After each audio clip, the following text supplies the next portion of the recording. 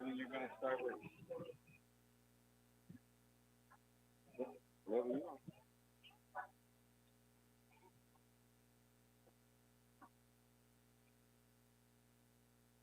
Good evening and welcome, ladies and gentlemen. We welcome you to today's education-based Indiana High School Athletic Association varsity football game. Tonight's radio coverage is made possible through audiosportsonline.net. That's ASO. That's Rob Kendall. Rob Kendall from the Kendall and Casey Show. It's weekday mornings, 9 to noon on 93.1 FM, or you can go to WIBC.com. Tonight's game, Larry, is going to feature It's an away game for Tipton. The Blue Devils are here with the Western Panthers. A year ago, the Blue Devils played a good game. Yeah, they sure did. Scored 31 points, which was up to that point, I think the highest point total they had at the time. But played a really good game, and see what Western has for them tonight. Again, a little young and inexperienced, but we'll see how it works out tonight. We'll see. We'll see if we can find Coach Toll. Coach Toll has okayed an interview. We'll walk his direction. He's out near the middle of the field. I tell you what, Larry, I got to mention this. The field has graphics on it. This is grass. Somebody worked their tail off to outline these white letters.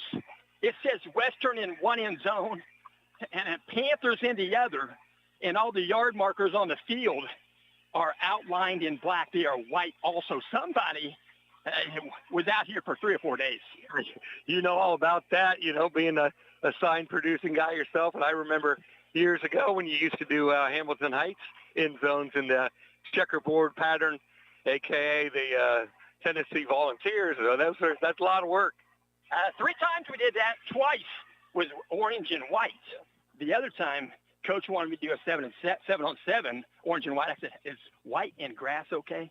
No, I don't know. That's not too good. Those were 6 foot by 6 foot squares, and there was 3 lines of 13 squares. It looked pretty sharp, I gotta say. I remember that well. I tell you what, the IHSAA has a stipulation. You can't be within a yard of the real line so the rest can still see them. And when you got something going through the middle of the field, you're supposed to let the 50-yard line go through, and your paint cannot be within 4 inches. That's why the Huskies H had that space there. You're a man full of information, ain't you? Hi, Coach Scholl. It's great to see you, sir. I tell you what, the sun is nice. It's a warm one tonight. So kind of cranked up the heat on us this week and next. So got a lot of guys playing both ways tonight. So probably going to find out how tough we are tonight. I tell you what, Coach, you are a native of Tipton. You're a 1990 graduate. And I got to mention, you've been here 21 years. This is your 21st year. Western Panthers are on their 6th coach within your tenure. Yeah, when growing up, it was a lot of fun. Western had a great program. We had it rolling in the late '80s. It was Jim Plummer against Mike Toll, and it was a huge rivalry. We had some great games. Coach Pierce and I were talking tonight about the '88 sectional championship game when we were lucky enough to get out of here. I think 17-14. We were behind most of the game. They were undefeated. And we kicked a field goal as time ran out down there at the south end. It was just it was a great rivalry, and to be honest, it obviously means a lot to me. My wife's been here for I think 28 years now. She's a teacher here. Coach Pierce and I we were college roommates. The third was a guy from Western, Shannon Nepoli. I had the privilege of coaching against his 2 sons who were both North All-Stars. And this one means a little bit more. Coach, I don't know if you want me to back up, but last week, 42-22, it was 35-22. That game was still in the distance. Well, you'd have to bring that game up, wouldn't you? Well, I'm sorry, but they did. I know. It was last week, but first of all, they're an excellent ball club. There are not very many teams on our schedule that are that I think will beat Twin Lakes. And with that being said, we made a ton of mistakes. I don't know that we could have won the game, but I know coming out of halftime, we were putting a drive together, and I don't know. I've done this long enough. I kind of have a feeling about drives when we're going to finish one. And we made a mistake. We ran a really nice pass play, made a great reception, got hit, put it on the ground, and then they turned around and scored in about 2 plays. So we punched that one in. It's a 1-score game with a quarter and a half to go. It could have been totally different. But they're an excellent ball club. We made more mistakes than they did. Hopefully we can correct those tonight. That's why I brought it up last week, sir. All right, how about this week? This week, a year ago at Tipton, a good team win, and that was week 4, just like tonight. Tipton 31, Western 7. It was controversial time for our team, and it was Quinn's first start last year. So there was that was a huge team win for us to see that he was capable of running the show, have some success. I think the rest of the team kind of bought in and knew that he could do it. But this Western team is a totally different ball club tonight. They've got the Colbys are here coaching, who I have the utmost respect for. They've got two really, really good players in Shoemaker at quarterback and outside linebacker, and then McKittrick at running back. So they're a totally different ball club from last year. They've already won 2 games, coming off a great win last week. So we're going to challenge our kids tonight, and like I said earlier, see how tough we are. I got to mention MIC, that was a 15-year MIC. Your first game in the Hoosier Conference versus the Western Panthers. You got to win on September 18th of 2015, 38-13. A long time ago. But, yeah, we've, this is one of those natural rivalries where, we play each other in every sport. Our kids know their kids, and it's just it's one of those that you circle on the schedule, and they want to win. We want to win, and it's usually a really, really physical ball game, usually really, really well played, and if you can get out of here with a win, you feel really good about yourself. Real quickly, I'm going to mention some seniors. Last week, I talked about defense. This is offense. Number 3, Slade Springer. Number 20, Isaiah Mahaney. Number 84, Zach Ridgway. 87, Chase Hussey. Had a great second half last week. 57, Grayson Withrow. 65, Jack Roach. And 56, Brady Henderson. Those are our senior guys, and, we've challenged them all week. We're going to see, I think the way Western runs their offense and the way they play football is it comes down to, how bad do you want it? I mean, there's going to be times they do good things, and we've got to we're going to have to buckle down, and we're going to have to dig deep, probably deeper than we have all year long, and we're going to follow those guys. So it starts with those guys. Coach, thank you. Appreciate it. So we're going to walk this direction.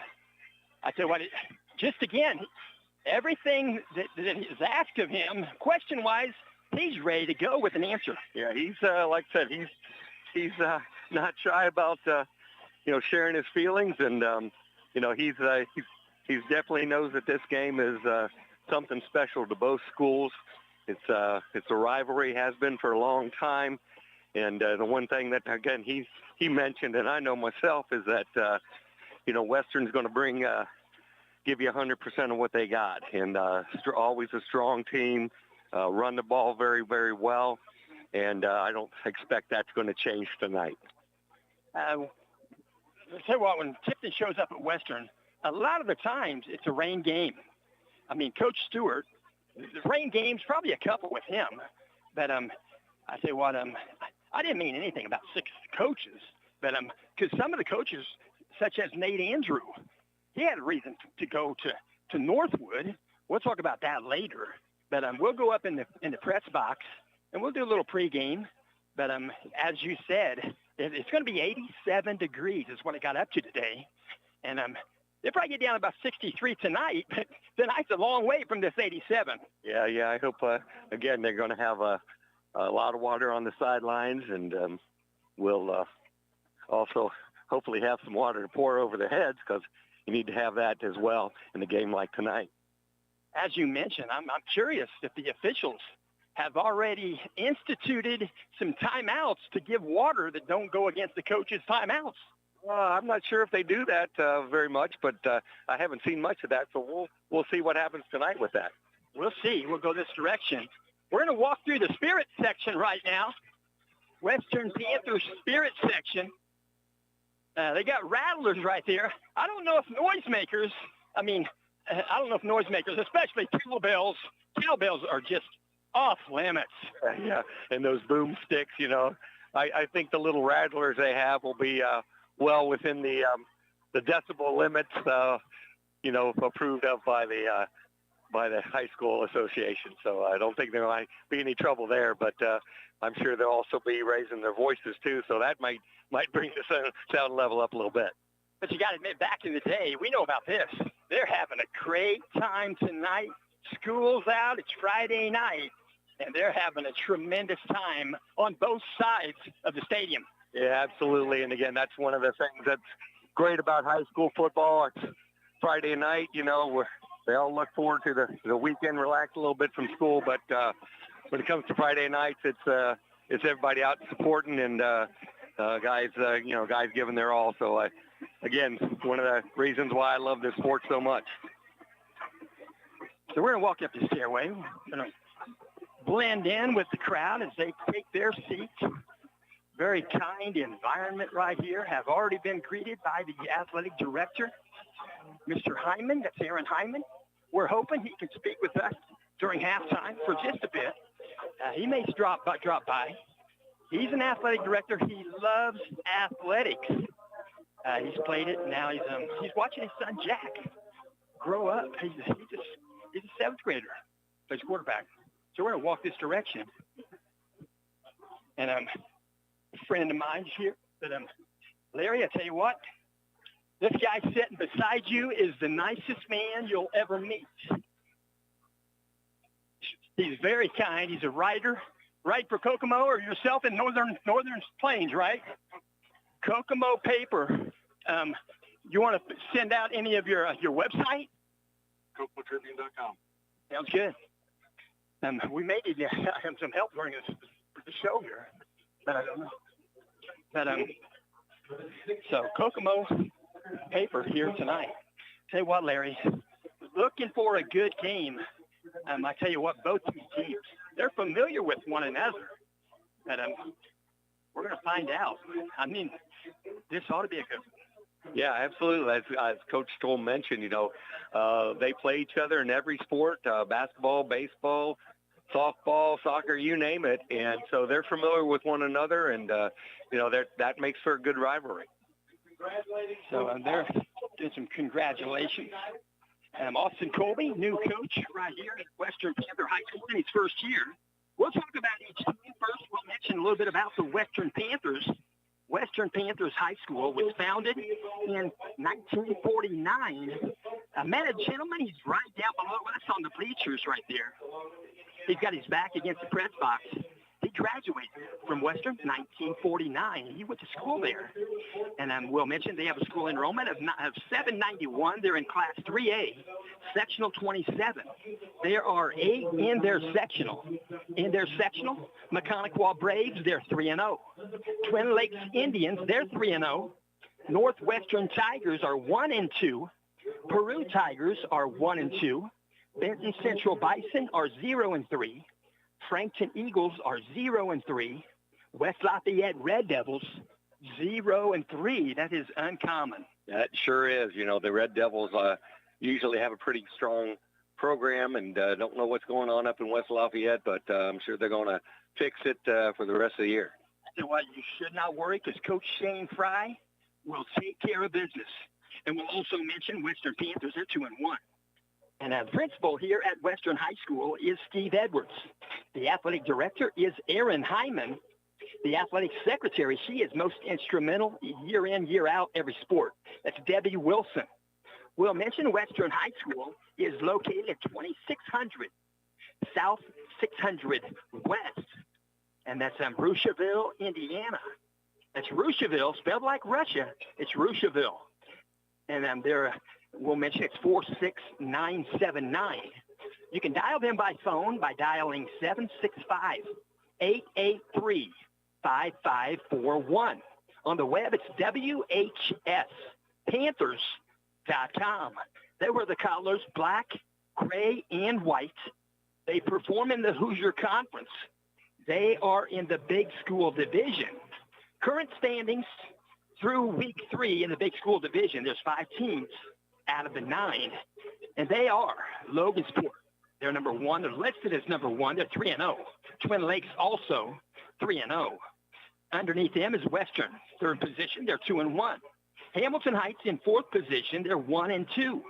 And at number 5, it's West Lafayette Red Devils. They're 0-3.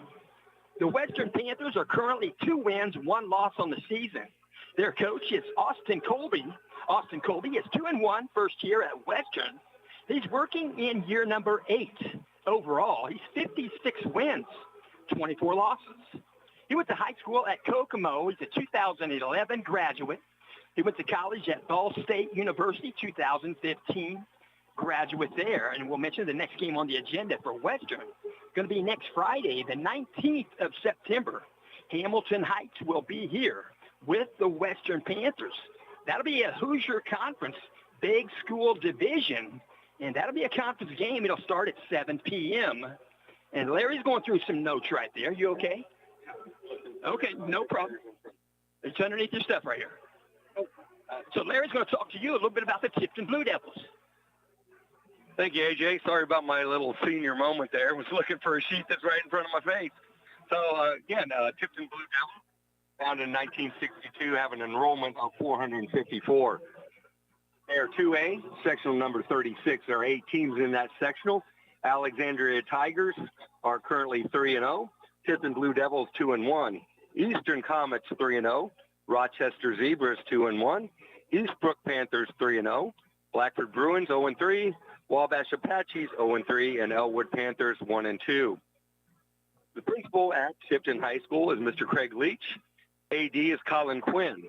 Athletic trainer Mr. Burke Emmert. Tipton is located at 619 South Main Street, Tipton, Indiana, 46072. Phone number to reach them is 765-675-7431. You can follow them at tiptonathletics.com. They wear the blue and white. Hoosier Conference Small School Division. Current standings through week 3. There are 4 teams. The Rensselaer Central Bombers are 3-0. Number 2, Tipton Blue Devils, 2-1. Number 3, Lafayette Central Catholic at 1-2. Little unusual for them to be not more in the win column at this point of the year. Number 4, Benton Central 0-3. Tipton's home field is Tipton Ford Field. They have a synthetic playing surface. Again, as we mentioned, Tipton is currently 2-1. Coach Aaron Toll, in his 21st year at Tipton, his record is 145-87. He is a Tipton graduate from 1990 and an Indiana University graduate from 1995. Next up for the Blue Devils, Friday, September the 19th at 8 p.m., time zone change. Tipton Blue Devils will be on the road all the way up to the Rensselaer Central Bombers in the small school division of the Hoosier Conference. Back to AJ. Hey, thanks, Larry. Well done. We'll talk about what's happening tonight and what happened last week in the Hoosier Conference. Larry is going to let you know a little bit about this, and he'll talk to you now. Thanks, AJ. Again, Hoosier Conference final scores from last week, September 5th, week number 3. There were 7 games, 2 Hoosier Conference crossover divisional matchups. At Hamilton Heights, the Huskies beat Tippecanoe Valley 35-19. Lebanon at Lebanon. Lebanon Tigers won, beat West Lafayette in a close game, 37-35. I'm sorry, 34. Let's see, Lafayette Central Catholic was at home versus Logansport. They won 49-17 over the Central Catholic Knights. At Rensselaer Central came away with the win at 28. John Glenn, 0. At Benton Central, South Newton won that game against Benton Central 14-6. At Tipton, Twin Lakes was victorious 42-22 over the Tipton Blue Devils. And at Western last week, Western put it on Indianapolis Lutheran 46-14. Here's AJ. Wow, you hear that? The journey. They're playing that Don't Stop Believing. Well, that's kind of a lot of people's pregame song, isn't it? That's been taken over by political parties and all kinds of things. So, yeah, good message. I've heard it been said that this is the most popular song in the nation. There's 3rd and 4th grade kids can sing this. Yeah, it's been around for a long time, and it just goes if you got a good message and it's presented well, and, it's going to live for a long time. How about Richard Goodall? Remember him? I do. Richard Goodall was on like for the Stars. He won. He sung this song. He's a Terre Haute native, and he's a custodian over there. I remember him. Wore that kind of funny tweed hat. Yeah, he had some good pipes to him. So yeah, I remember that well now. Sure does. Let's talk about week 4, September 12th. That's tonight. Hoosier Conference game night. There are 5 games for Hoosier Conference crossover divisional matchups. 7 o'clock tonight, Benton Central Bison are at Logansport Berries. 7 o'clock tonight, Danville Warriors. This is a non-conference game. Hamilton Heights is going to host the Danville Warriors. 7 o'clock, Central Catholic Knights going to be at Twin Lakes Indians. That's going to be a little bit of a reunion for Coach O'Shea. Sure is. He won quite a few. How many state championships with Central Catholic? 5. So, yeah, that's going to be kind of a weird feel to that one. No kidding. And also, 7:30 tonight was the time zone. That it's going to be Rensselaer Central Bombers at West Lafayette Red Devils. And right here, 7 o'clock, Tipton Blue Devils. Going to be right here with the Western Panthers. Yeah, like Coach Stoll said, and, always a good physical game between these two, so I don't expect it to be any different tonight. It ought to be a good one. We're looking forward to it. I tell you what, Larry, while we got a moment, I want to kind of mention this. There's 9:48 on the pregame clock. Western Panthers football. Since 2005, Coach Toll been playing Western, but Coach Toll didn't play a Western team till 2015, first game of the Hoosier Conference when it was jumbled up. And I've got to mention Coach Alex Stewart. When he was here 7 years, had a tremendous record. He coached every year. He coached was a 4A school that he was coaching. Yeah, absolutely. And, I remember some of those years and some of the teams, they were very stellar. Alex Stewart, I believe he's in New Haven at the moment. We'll mention also coaching just prior to Alex was Ron Jankovic. Ron Jankovic, he went 3 years as coach here. He went 2 years as a 4A coach, and then 1 year he had a 3A team. And I've been in contact with him. I think he's in Georgia as an assistant coach in high school. Hey, well, better weather, I guess, huh? Very much so. And then the final coach I'll mention here, I believe so, is Coach Nate Andrews. We talked about him coming off the surface a while ago. He's moved to Northwood. He was here coaching for Western 2 years. He played high school ball at Northwood, and got a little spam going on. I hate these spam phone calls, but he went to Northwood. He had the opportunity. He coached 2 years here. He told John Hall and myself he'd like to go to Northwood. That comes open. And he's been at Northwood now for 12 years, 93 wins, 39 losses. And he's been to the big dance at Lucas Oil also. Well, that's awesome. So that's what's going on there. Coach Alex Engel was before them. He went 7 years. I got to mention Coach Alex Engel. I don't think I did a game that he was involved in, but I'll mention his records. He started in 2005, 7 years. Here's where his records for 7 years: 8-3, 8-3, 9-4, 9-2, 6-5, 9-3, 9-3. No losing records. Yeah, absolutely. And those were some years that my son played at Hamilton Heights, so I remember Coach Engel quite well. We're going to stand up and we're going to honor our America with the singing of our national anthem. We'll try to capture this on audio. We'll step outside, and it's going to be a group, some football players included. We'll set this down.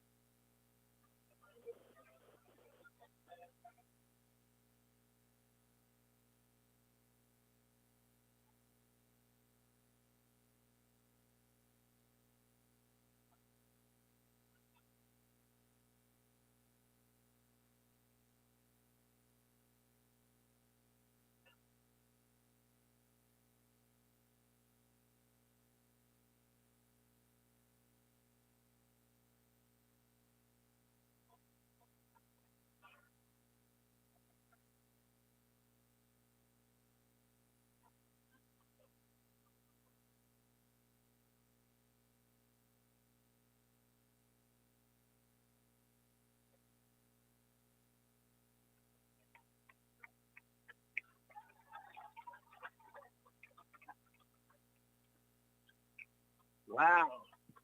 That was very well done.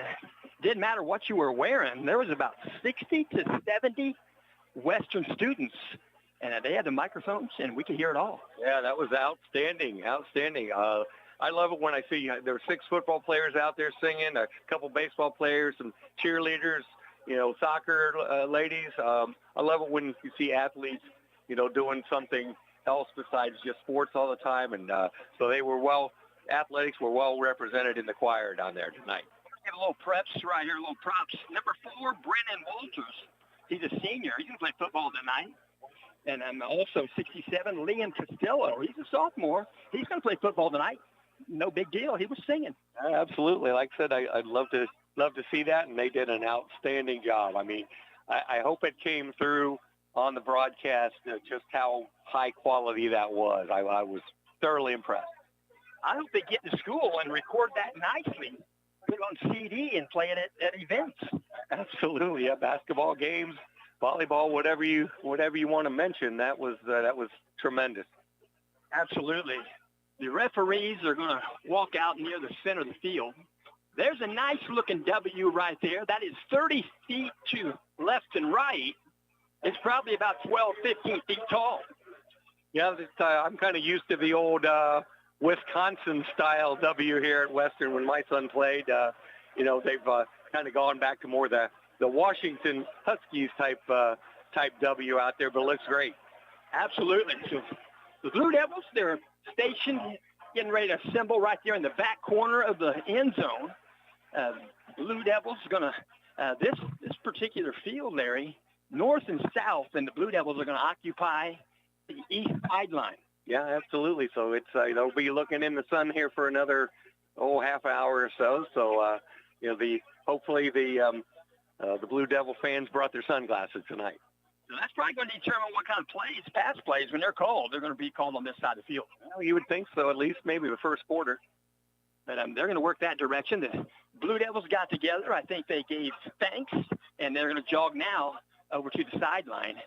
How did Larry Murdoch and the Tipton Blue Devil Middle School do this year, or this week, I should say? This week we, what did we do? I'm sorry, I'm pulling the blank. Beat Elwood fairly well, both our 8th grade and 7th grade. And again, Elwood is, struggling with numbers, so we played a combined game. So really, when I said 8th grade and 7th grade, I meant we played together. Tomorrow we'll play Trice Central, and they're in a situation where they only have 12 or 13 players, and it's the Degler Bowl that we do every year, or just starting to do every year. Kyle Degler, the late Kyle Degler, was a graduate of Trice Central and played football there, and also the Tipton Middle School coach. So we raise money for a scholarship for both a graduating senior from both Tipton and Trice Central, and also for Kyle's children's college fund. But we'll be playing something really different this year because they have such a small team. We are actually going to split their team of 12 into 2 teams with our players, so they'll be playing with our players rather than against our players. They're struggling pretty mightily this year, and scores show that. So we decided, again, in the spirit of Coach Stegler, would be best if we did something a little out of the ordinary. So we'll be playing a scrimmage tomorrow night at 7:15. Kind of unique thing. So if you're in the Blue Devil area, come and see us. That's beautiful, Larry. Got to mention they had the coin toss. They might have had that earlier, but anyway, Tipton did win the coin toss. They were allowed to call the toss since they're visitors, and they decided to defer. And Western, as you normally do, got to say, I'll take the ball, because if they was to kick off, they'd be kicking off twice in this game. Exactly. They run a double wing offense, so we'll kind of see how that works. Running game going to be strong, I'm sure, with them. So we'll see the Panthers with the ball first. So they're going to take the field here. Panthers going to receive. Blue Devils getting ready to kick. Probably going to see Nathan Hawkins. Nathan Hawkins has been booting the ball. Yeah, he sure has. I just want to take a moment, too, just to shout out big hello to Tipton. Assistant coach. He's the best friend of Larry. He's getting through this. He's one of my best boys, and coached with me at the middle school Mr. Ron Vahikate. He's the man. He and I both follow and are fans of the Ohio State Buckeyes. So just want to say a shout out to him and let him know I'm thinking about him and love you, brother. Do well. Absolutely. They're going to boot the ball away. It's going to be Brogan Ferg. Brogan Ferg going to kick off. He's going to back up about 8 yards, a little bit soccer style. He is a soccer player. He's a goalie. And there's the whistle. There's the boot. He'll take it to the 15. On the way back, on the run, right there is number 12. He's going to go up the left sideline. That's the Blue Devil sideline. He'll get across the 50-yard line. They'll get it into Blue Devil territory. They'll get a good run back. And on the return right there was, I believe, number 12, Evan Den. Evan Den, you'll see him. He'll line up as a safety on defense. Knocking him out of bounds with Isaiah Mahaney for the Blue Devils. They're actually, like Larry said, he's knocked out of bounds prior to the 50. Ball spotted at the 47 at the left hash. Western Panthers going to put the ball in play. There's 7 seconds off the clock for that return. Clock will start on the snap of change of possession. They're going to line up in that tight bunch Larry talks about. And they're probably going to run the ball a lot tonight. McKittrick's going to get the first toss. He'll go right side. The Blue Devils trying to hem him in, and they'll tackle him for a loss. It'll be a loss of about 4. It's going to be 2nd and 14. Yeah, Dakota Garman coming up from his safety position on the stop, but that play was really made by Slade Springer, outside linebacker on this side. Got upfield, turned him inside to where all his buddies were to make the tackle. They spotted it at the 44. It's a loss of 3. It's 2nd down, 13. Ball's in the middle of the field. Tight bunch once again. They got 2 wing backs. They got a quick, shallow tailback. He's a fullback. They hand the ball. They pitch it back to get out to the 49. Ball carrier there. Again, Wenger was the ball carrier. It's going to be a gain. So they're going to have it 3rd down and about 7.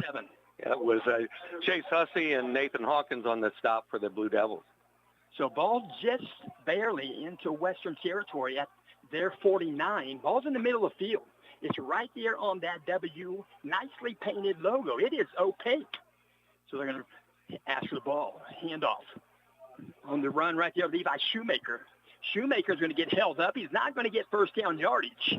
He's going to be shy of a first down, about 4 yards, maybe 3.5. Western going to have to make a decision here. Yeah, Big Jack Roach on the stop, but he drug Mr. Roach a few yards there, so he was churning those legs. So the ball resting at about the 46.5. Nose up 46.5. Blue Devil territory. 4th down. They're calling it 4 on the board. Under center for Levi Shoemaker, 6'4", 230. Deep toss there. Running back, you're going to get first down. It's McKittrick. McKittrick, he's a senior. He's 6 foot, 195. He's got 70 carries entering the ball game. He's got 5 touchdowns on the ground. Yeah, well blocked there. Quinn Toll came up to make the tackle for the Blue Devils. But, yeah, they get them all packed inside there, and you can't tell where the guy's going to go. And so it's going to have to be something that the Tipton defense figures out. So Western going to pick up a first down. First down in this ball game. Ball's just outside the 41-yard line. Under center, Levi Shoemaker. He'll reverse out. He pitch it back to McKittrick. McKittrick going to find an opening, 2-hole right side. And he'll take it down to the 37. Call it the 36. It's going to become a 2nd down and about 5. Yeah, Nathan Hawkins hanging on to his ankle, or he could have still been running. So ball resting, 36-yard line. First drive in the ball game. 9:13, clock moving. First quarter, Western Panthers going to face a 2nd down and 5 from the Blue Devil 36. So there's a cowbell. Got a cowbell in the audience, Larry. Thought those were in the bylaws. Going to be going to reverse out, take the ball himself. He'll spin around, he'll go left side to center. That's Shoemaker. Shoemaker going to go up to 1 hole, and he's going to get to the 30. He'll pick up enough for a first down by about a couple of yards, and a first down Western. Yeah, Slade Spring on the tackle with a bunch of help, but again, Blue Devils are going to have to figure this out because I guess you just have to tackle all 4 guys that are in the backfield if you want to get the right guy. Western basically relies on the run, but in pregame, I tell you what, Shoemaker was launching some balls. Yeah, I'm sure that every once in a while you give them a a hefty helping of this and then pull the ball and throw it, might be a big game. So 1st and 10. Ball's at the 30-yard line. Tipton 30, going to reverse out, same play. Bud Wright technique. If it ain't broke, don't fix it. He'll get down to the 25. They're going to give him a favorable spot inside the 25 there. Might have gave him an extra yard. Yeah, Hawkins and Springer yet again. They're having a busy night, and they're probably going to continue to do so if Western stays with this offense. So they're going to call the gain of 6. 2nd down 4. Ball now resting at the 24-yard line.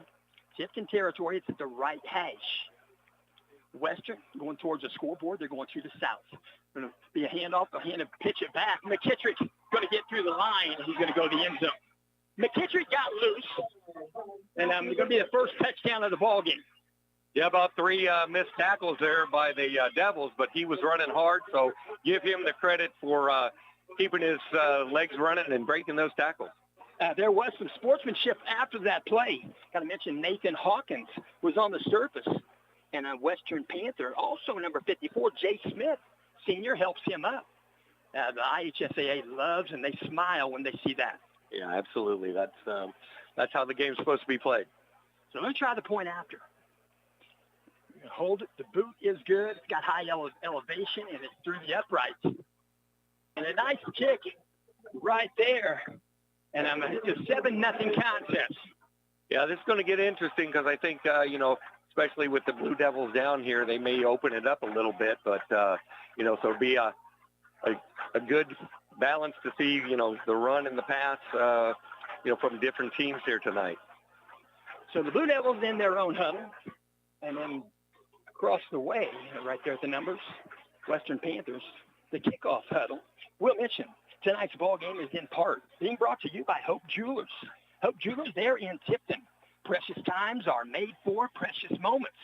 And Hope Jewelers are there to meet your every special need in the field of diamonds, gold, and silver, etc. Stop in and visit Hope Jewelers. They're in downtown Tipton. They're next to the Diana Theater.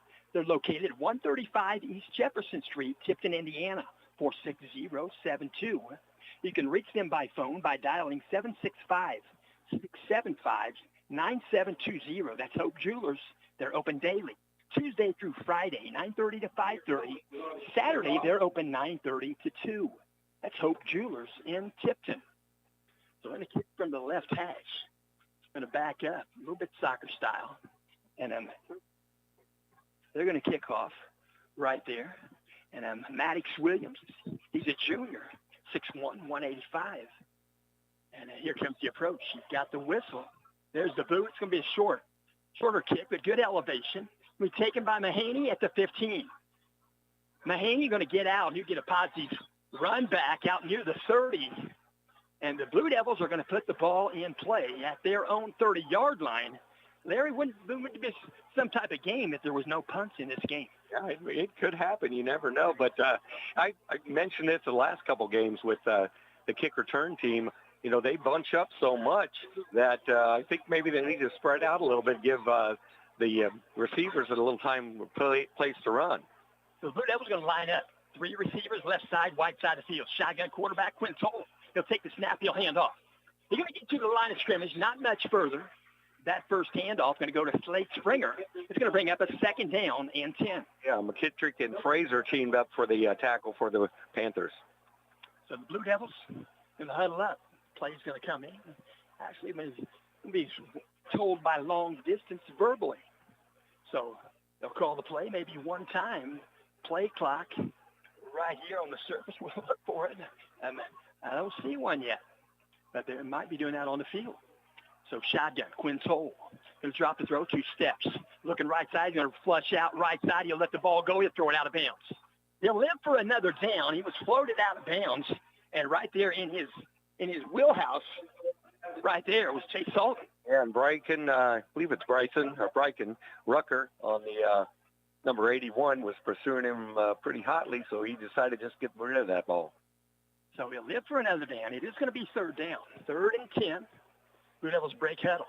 They'll go trips left side. Closest inside, Slade Springer. In the slot right there is Mahaney. And then also outside, Zach Ridgway. Here comes near motion, Dakota Garment. He's going to throw a pass. He's going to be wide open. It's Mahaney. Mahaney makes the catch. He's going to be gone. Nobody's going to catch Mahaney. He's got some wheels, and it's going to be a 70-yard pass play for a touchdown. Quinn Toll pitches it out, and Dakota Garman throws the pass, and Mahaney going to walk it on in. I mentioned that was probably about a 30-yard pass. Mahaney did the rest. Yeah, that's Dakota Garman, and there's a little trickery here, but Dakota played quarterback in middle school, so I might have seen that coming, but nobody else did. Left-handed quarterback even. So lefty, he rolled out left, threw it with the grain. So Brogan Ferg try to point after.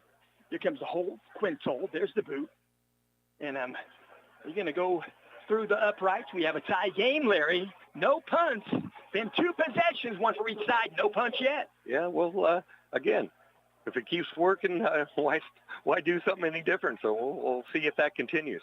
We're going to see some teams going for it on 4th down, kind of like their Dave Campbell, I guess, at Detroit Lions. Yeah, hey, yeah, I love that guy. You know, he the one thing you can say about him, some people say they're crazy. He's crazy, but I say he just believes in his team, and that's a coach you'll play your butt off for. He's definitely successful. Yes, he is. So we're going to also mention this game is in part being brought to you by Jim Dandy Restaurant. Jim Dandy Restaurant, they're located at 203 West Jefferson Street, Tipton, Indiana, 46072. They've got dine in, carry out. Their phone number, 765-675-6199. They've got American comfort food. They have breakfast all day. They've been doing that since 1964. They've got good food, good friends, good times. They're back in the Blue Devils since the very beginning. They also have Dairy Queen. Dairy Queen, other side of town, still on Jefferson Street at 800 East Jefferson Street. That's Grill and Chill. They offer dine-in, drive-through. They've got carry-out and outdoor seating. Dairy Queen is open 11 a.m. to 9 p.m. So we're going to see Nathan Hawkins on the field. He's going to set the ball on the tee. He'll kick it away. He'll back up, and he'll wait for the whistle. He'll take about a 9-yard approach, somewhat soccer style, not a whole lot. So he's waiting for the whistle. It's a 7-7 contest. We're at Western High School. Tipton at Western. Here comes the boot. Pretty good elevation. It's going to bounce at the 20. It's going to go out of bounds. It's going to go out of bounds. So Western going to have a choice here. They can either take it 25 yards from where the kick took place, or they can back them up 5, make them kick it again, or they can take the ball where it went out of bounds, and that's not going to happen. No, I don't think so. I think they're going to move that ball up to 35 and send it from there. So the Blue Devils are going to play defense again. Levi Shoemaker out on the field, quarterback for Western. And they're going to trade footballs. They get the kick ball out of the game, and they put the offensive ball in the game for offense for the Western Panthers. Their ball of choice, J5V, is the size of it. Might not be a J5V. Might not be a Wilson. Probably is. They're going to line up in a tight bunch. 6:51, clock stop, change of possession. Under center, Shoemaker. You're going to pitch it back, running back, get across the 50, the 40, out to the 43-yard line. And McKittrick gets a lot of carries. Yeah, he sure does. And like I said, if he gets 9 yards a pop, they're going to keep doing that until Tipton figures out a way to stop it. It looked like that was Slade Springer and I believe Dakota Garman on the tackle. McKittrick on the season, he's averaging 6.9 per carry. He's got 5 touchdowns on, as you know. So under center, Levi Shoemaker. Call the cadence.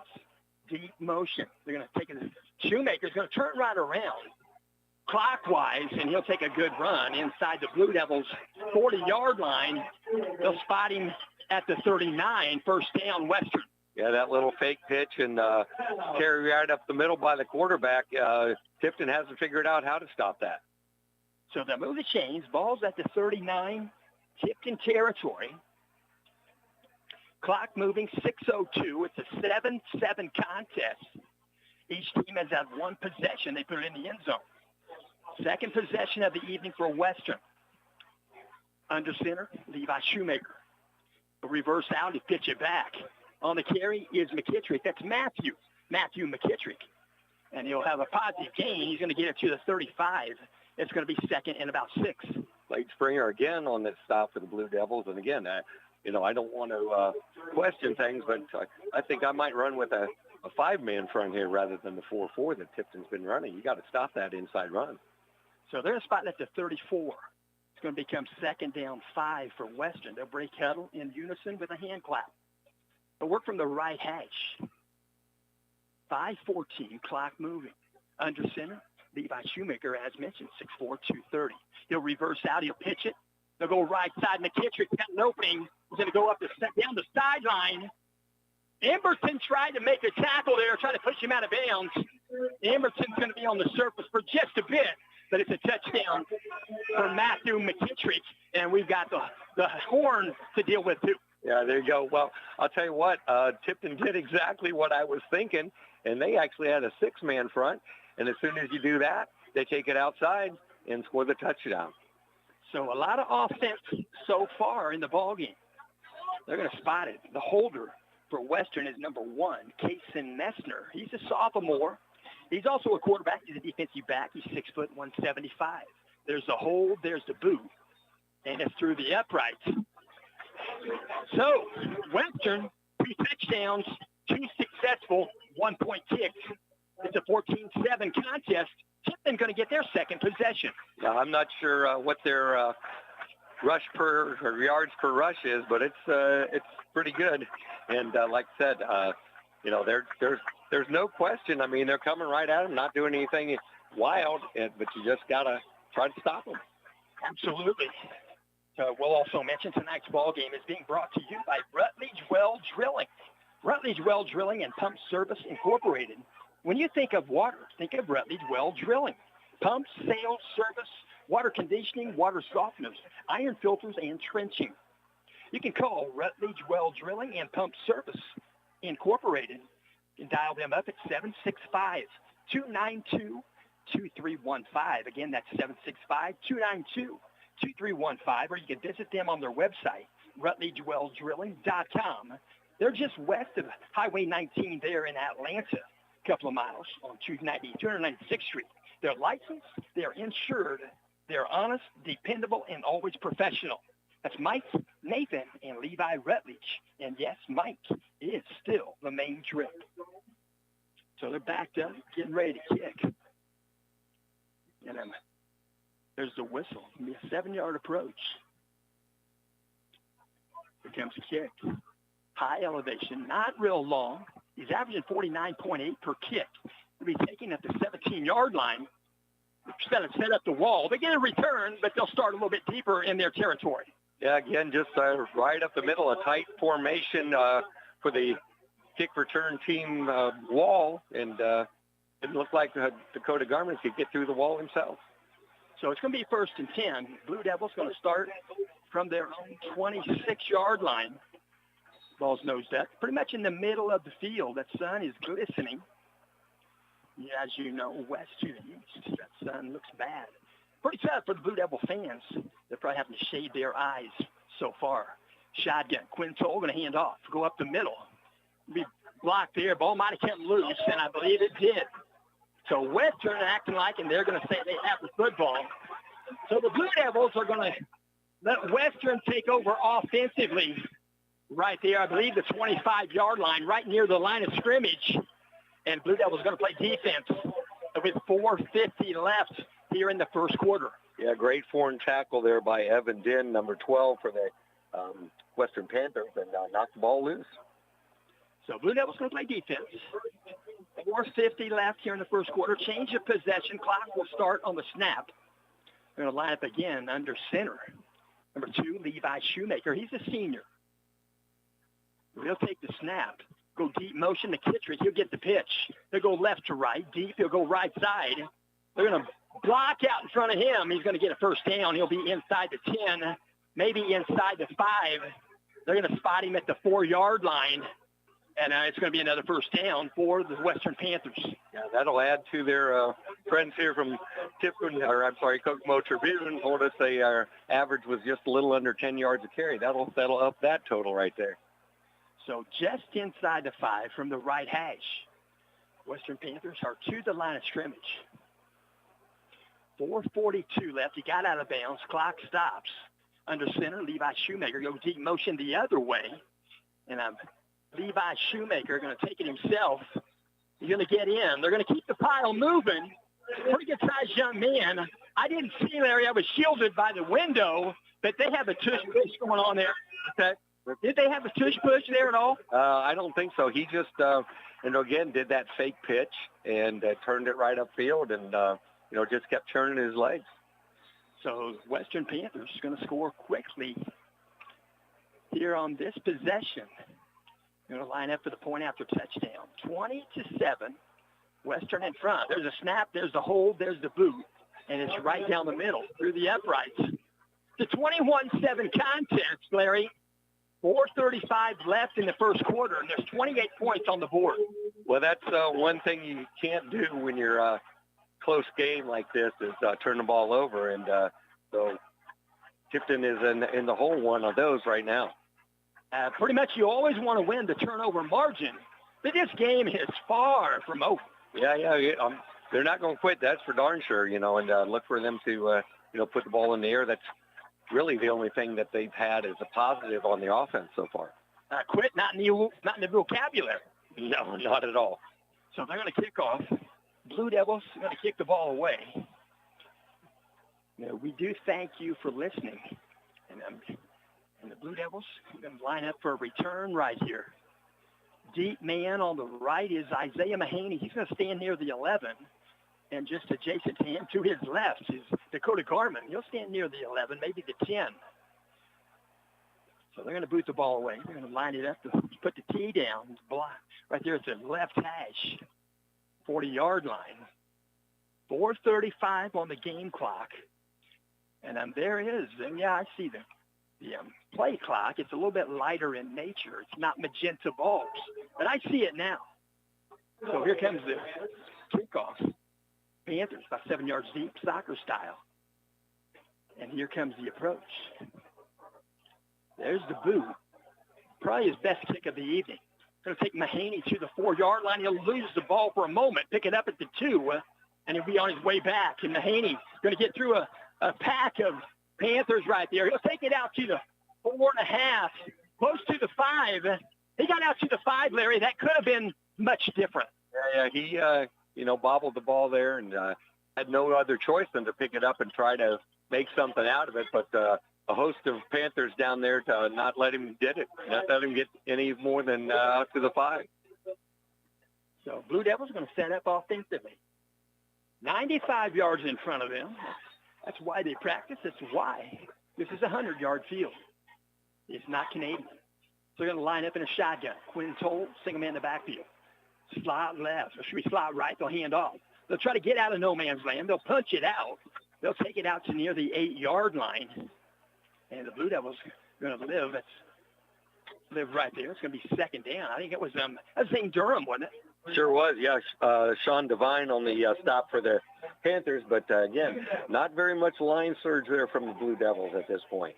They're going to call that second down 7 after a gain of 3 by Zane Durham. He's a sophomore. 6'1", 182.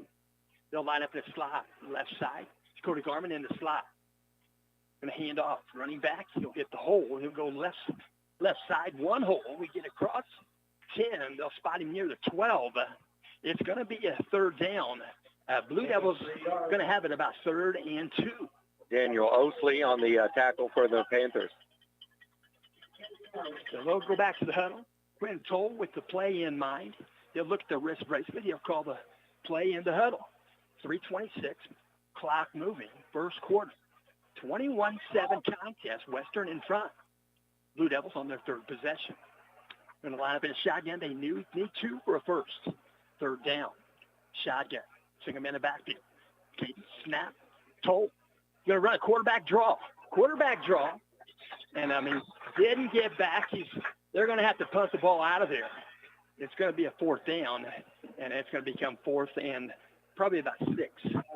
Mason Connor on the stop there for the Panthers. I'm not sure that was a quarterback draw. I think that was this, it looked like there was guys coming right through the line, and Quinn didn't have much choice. So it looks similar, but it's probably a busted play, as Larry said. But I didn't want to be wrong or right. So they're going to go shotgun, punt, and in the end zone, about halfway deep in the end zone, Nathan Hawkins going to punt it out. He'll be taken at the Blue Devil 45. On the run back is number 6, Max Duke. He's a senior, and he'll get about a 15-yard return. Zach Ridgway on the tackle for the Devils. So the Western Panthers going to line it up at their right hash. Now just inside the right hash, they'll have it at the 26 of Tipton. And it's going to be 1st and 10, Western. Yeah, again, another very short field for the Panthers, so see what they can do with it. So they'll move the football. They're going to trade out the football. They did that delicately, so they didn't move the spot. Did you see that? Yeah, that was precision there by the referee crew. That's almost like a virtual measurement like they got now. I don't trust that virtual. But anyway, under center, Levi Shoemaker. Seeing him in the backfield. You're going to reverse out. He's going to roll right. He's going to try to throw his first pass of the game. You're going to find a completion right there with McKittrick. You're going to work it inside the 10-yard line. McKittrick caught about a 7 or 8 yard pass, and he picked up about 7 or 8 yards after the catch. Yeah, Wolford on the stop, and I tell you what, Blue Devil came up and tried to make a tackle and, laid his shoulder to him, didn't wrap him up, and with that athlete, you better wrap him up because he's going to just bounce off and keep on running. They're going to stop the clock, and the Blue Devils are going to take a breather. They're going to get some hydration and get ready for the next down. Yeah, I'm sure they're going to get a earful, too, from coaches about what they need to do. So timeout on the field. And I will also mention tonight's ball game is being brought to you in part by Indiana Express Rentals. Indiana Express Rentals, when you find yourself looking for that dependable moving truck rental company, that high-quality choice isn't far away. You can call Indiana Express Rentals. They're located at the south edge of Noblesville, Indiana. They're at 1708 South 8th Street. You can simply call them at 317-773-4800. Again, their number is 317-773-4800. They have up to 26-foot box trucks available. And a truck with a Tommy lift can sure come in handy. That's Indiana Express Rentals. Their hours of operation, Monday through Friday, 8 a.m. to 5 p.m. Saturday, 8 a.m. to 11. Under center, Levi Shoemaker. He'll reverse out. He'll pitch it back to McKittrick. And in the backfield right now is Will Wolford for the Tipton Blue Devils. I tell you, I got to give some credit to Gannon Montgomery, the 280-pound center, number 65 for the Panthers. He's just doing a whale of a job opening up that middle of the field for the Panthers runners. So loss on the play. 2nd down, 7. From the 7, it's 2nd and goal. And the ball's resting at the right hash. 7-yard line, under center, Levi Shoemaker. Some signals going on there by the fullback. They're going to go deep motion. They're going to reverse out inside handoff. He's going to get down near the 3-yard line. And they run that deception offense, Larry. Bud Wright did a lot of that. Yeah, he sure did, and won a lot of games doing it. So, again, it's just Panthers are just not doing anything fancy. They're just taking it to the Blue Devils.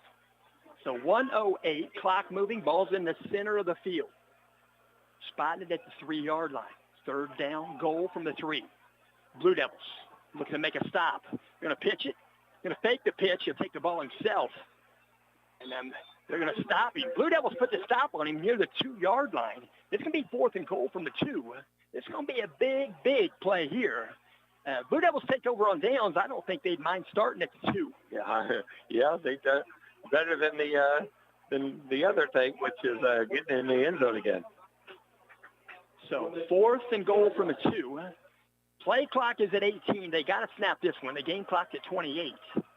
So they got to run this play here in the first quarter. Under center, Levi Shoemaker.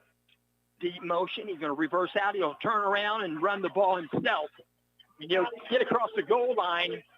So he went left side about the 1 hole and scored a touchdown. Yeah, again, when you got a 280-pound center, you just, run right behind his derriere and you have a good result. Levi Shoemaker, he entered the ball game with 5 touchdowns. He was tied with McKittrick with 5 on the ground. They don't pass a whole lot, Larry.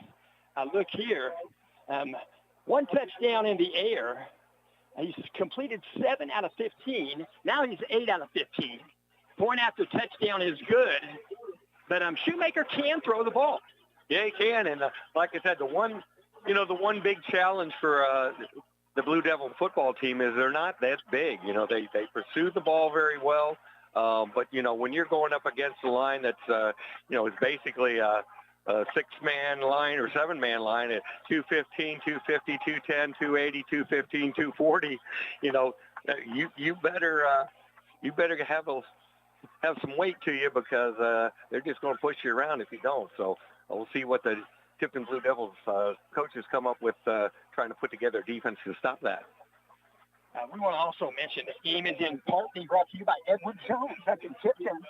Financial investments are very important, but so are the investments of time, patience, and the encouragement our young athletes receive from their coaches, teachers, and mentors. I'll mention Kurt D. Hare, your Tipton Edward Jones financial advisor, understands all of this. That's why Edward Jones is proud to be a sponsor of the Tipton High School Blue Devil football team on PutMeInSports.com. For your investment needs, you can call Kurt D. Hare at 765-675-9535 or visit them at edwardjones.com. Here comes the approach. Here comes the boot. Decent elevation will take Mahaney back to the 3 again. So Mahaney's going to run it right to left. He'll try to get the valley there in the middle of the field. He'll live with a couple of would-be tacklers, but he pops off the first 2, finally goes down, and the Blue Devils are going to take over. Offensively, 1st and 10. They're going to spot it near the 15, maybe the 16-yard line. It looked like Chase Sullivan, number 7, and a host of Panthers on the tackle. So just inside the left hash. We're still in the first quarter. Clock stopped at 9.6 left in the first. Blue Devils to the line of scrimmage. Shotgun, Quinn Toll. Single man in the backfield will line up to his left is Zane Durham. 3 receivers left side. Take the shot there and run an inside bubble play. They get blocking out front. Defense is good. And that's a pass reception by Dakota Garman. The Garman is going to pick up about 4 yards, and that's going to empty out the first quarter. Yeah, Jen and Connor sniffed that one out for the Panthers. Made the tackle together. So they'll invert the field. We'll go to a second quarter here momentarily. At the end of 1 quarter of play, Western Panthers 28, Tipton Blue Devils 7. Tipton has the possession. They'll have the ball when the second quarter begins. And we'll also mention tonight's ball game is in part being brought to you by Encompass Credit Union. If you're looking for a financial partner that is as community-minded as you are, welcome to Encompass Credit Union. They are North Central Indiana's premier financial institution. At Encompass Credit Union, they believe in putting their members first. Whether you're looking for lower rates on loans, higher rates on savings, or just a friendly face to help you with your financial needs, they've got you covered. Join them today and become a part of a financial cooperative that truly cares. With branches in Tipton, Frankfort, and Kokomo, they are there to serve the community. That's Encompass Credit Union, where community comes full circle. Visit them at encompasscu.org or at any of their convenient locations. That's Encompass Credit Union. So there's the whistle. Play clock begins. Game clock stationary at 12 minutes. Trips to the right for the Blue Devils. Split out wide left. Shotgun. Toll takes a snap. On the inside move there, a little bit of a slant there. That was Jaron Aller. He's going to pick up 15 on the play at the first down, Blue Devils. Yeah, Owsley and Sullivan on the tackle for the Panthers. So Aller, a sophomore. I tell you what, Aller, sophomore, he has increased his speed. Yeah, he sure has. He's a good athlete, basketball player, and so he's a good baseball player as well, so just a good athlete to throw the ball to. So they'll line up, trips to the right. Split out wide left, sing them in the backfield. Zane Durham. Call the cadence. Quinn Toll. They'll call a snap to him. He'll take the snap, low snap, he'll hand off. Zane Durham. He'll spin, he'll go right side. He'll go up the middle. And the ball there came loose, but that's got to be forward progress halted. Even if they didn't whistle the play dead, that's got to be a forward progress. Yeah, they did whistle it, and but hey, good coaching there for the Panthers. You know, you got a guy held up like that, the next guy comes in and rips it out. That's what you're coached to do. I mean, the whistle was probably late. That's what I'm saying. Yeah, it could be. So they're going to line up again. It's going to be 2nd down 7 at the 33-yard line, Tipton territory. Trips to the left, split out wide right. 4 receivers. Dropping the throw. Quintoll looking right, looking left. He'll tuck it away. He'll go up the middle and get what he can. And the Western Panthers are absolutely trying to strip the ball. If they got a guy in contact making the tackle, the strip is trying to happen. Yeah, that was McKittrick again, you know, doing the exact same thing. So the Blue Devils better lock down on that ball. So 3rd down, they're calling it 6 on the board. That might be a little generous, not much. Ball spotted out to the 34-yard line. Trips to the right side. Mahaney, Ridgeway, left side, Dakota Garment. Call snap, there's a snap kick. And roll left, pass is caught. Left flat, and he's going to be at 1st down. I think that was Jaron Aller again. He's got good hands. Oh, that was Zane Durham out of the backfield, and let's see, number 12 on the tackle for the... So Zane Durham makes his 3rd reception. As we mentioned last week, his first 2 receptions went for touchdowns. I sure did. And, again, that's something that they're going to need to do, I think, because, again, the offensive line of Blue Devils is having a hard time keeping the Panthers out of there, so that's the kind of thing you need to call. So ball spotted, 44-yard line. Blue Devil territory. Slot right, slot left. They got tight end left.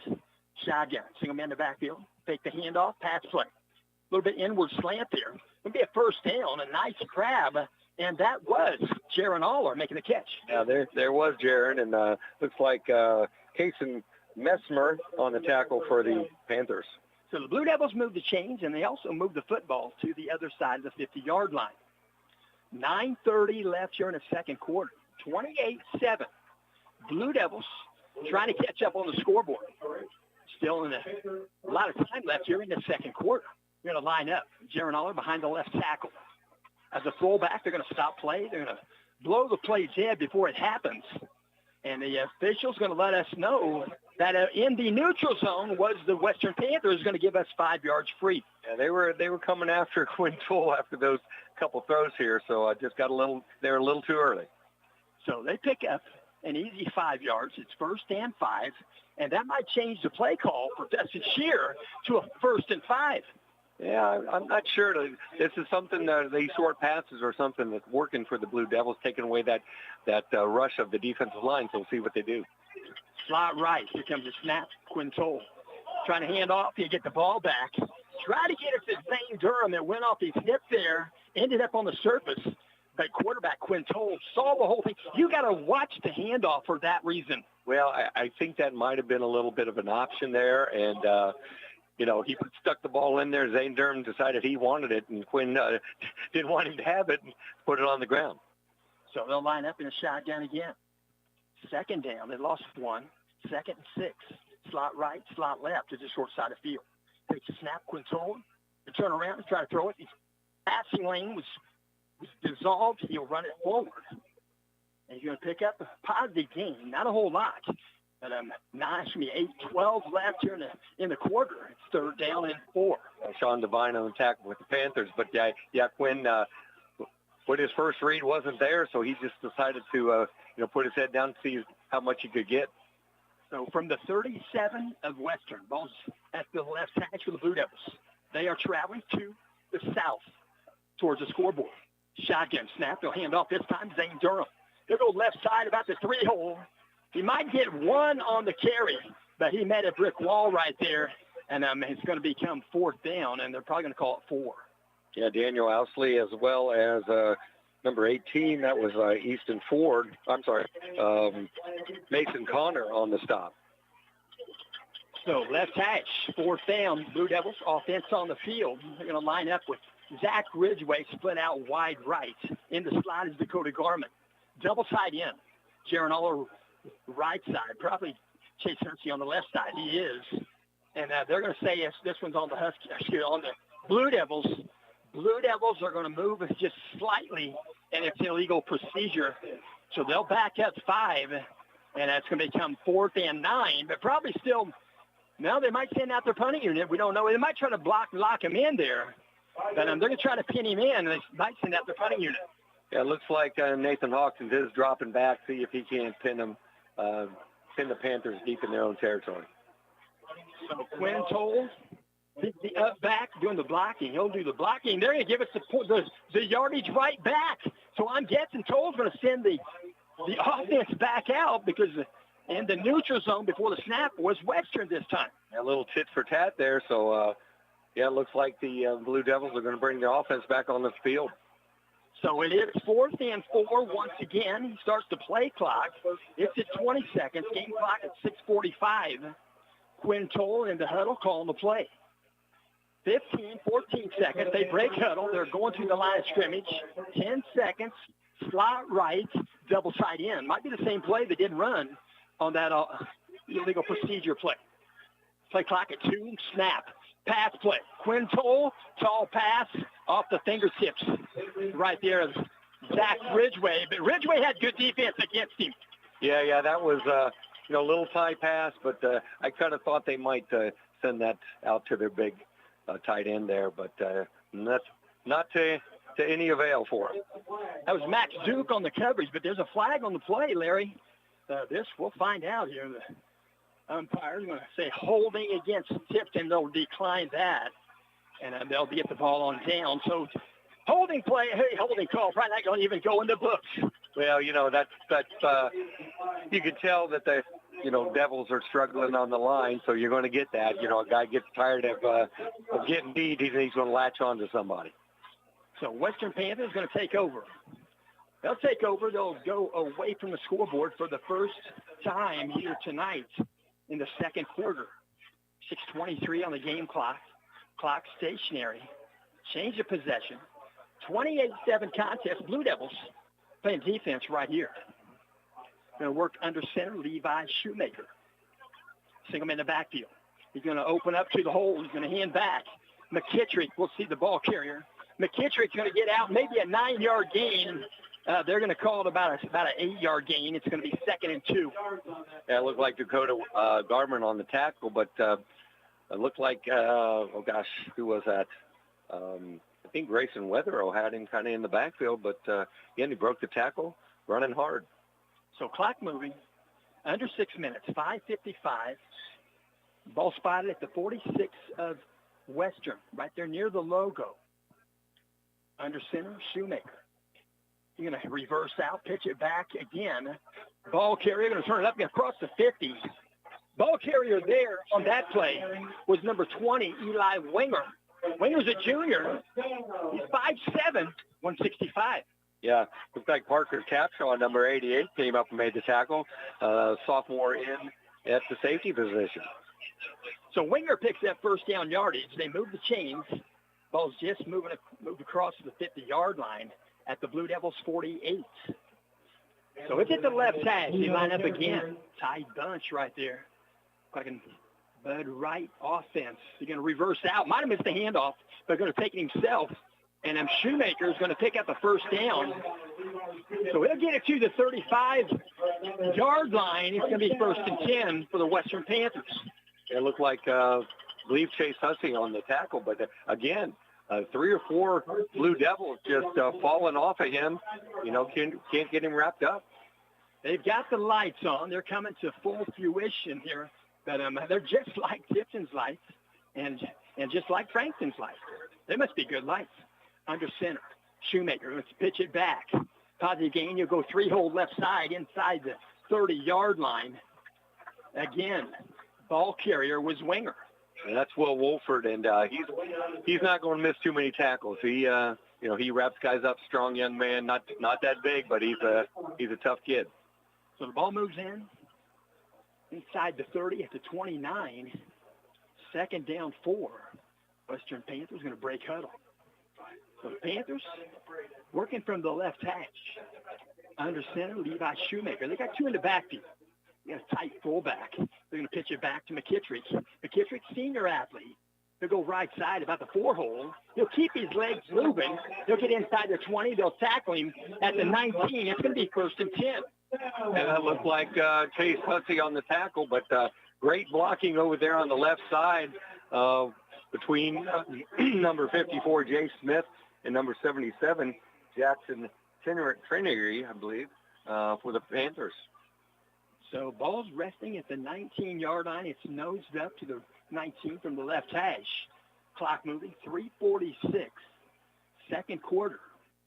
1st and 10, Western. The Blue Devils, 19. They're going to dive it forward. They're going to go quarterback dive play. Actually, a quarterback sneak. He's a big man to bring down. Shoemaker is going to pick up about 3 yards on the quarterback sneak. It's just straight ahead right there, Larry. And going to be spotted at the 16-yard line. Dakota Garman and Weatherill on the tackle for the Devils. So ball's at the 16. It's in the middle of the field pretty much. 3:18 on the game clock. Western Panthers using the huddle again. They're going to break huddle. And they'll go to the line of scrimmage. Clock moving, 3:08. So they'll line up at 2nd down 7. Under center once again. He's been under center the whole game. Levi Shoemaker. He'll pitch it back to McKittrick. Matthew McKittrick goes right side 4-hole. He'll get down near the 6, maybe the 7. And McKittrick is going to pick up a 1st down. It's going to be first and goal near the 7. Weather on Garmin, and I'll tell you, AJ, you're already seeing a little fatigue on the Blue Devil line because they're just, you pound them like that, you're going to wear them down. And so working well for the Panthers to this point. So the ball is spotted right in the middle of the field, right in front of the goalpost at the 7-yard line. 1st and goal, Western. McKittrick in the backfield. Tight fullback under center is Levi Shoemaker. He's going to pitch it back to McKittrick. He'll go right side. He'll veer it back left side, and he'll work it towards the goal line. They're going to spot him short of the goal line at about the 1. It's going to be 2nd down goal at the 1-yard line. It looked like Capshaw and Dakota Garman on the tackle, but when your safeties are making tackles on running plays up the middle, that's going to equate to a long night for the Devils. So ball spotted, 1-yard line, center of the field. Blue Devils will close up their gaps on this play. Here comes the under center, Levi Shoemaker. To call the cadence, he goes deep motion. He'll hand off, first man through. He's going to pull him across the line of scrimmage.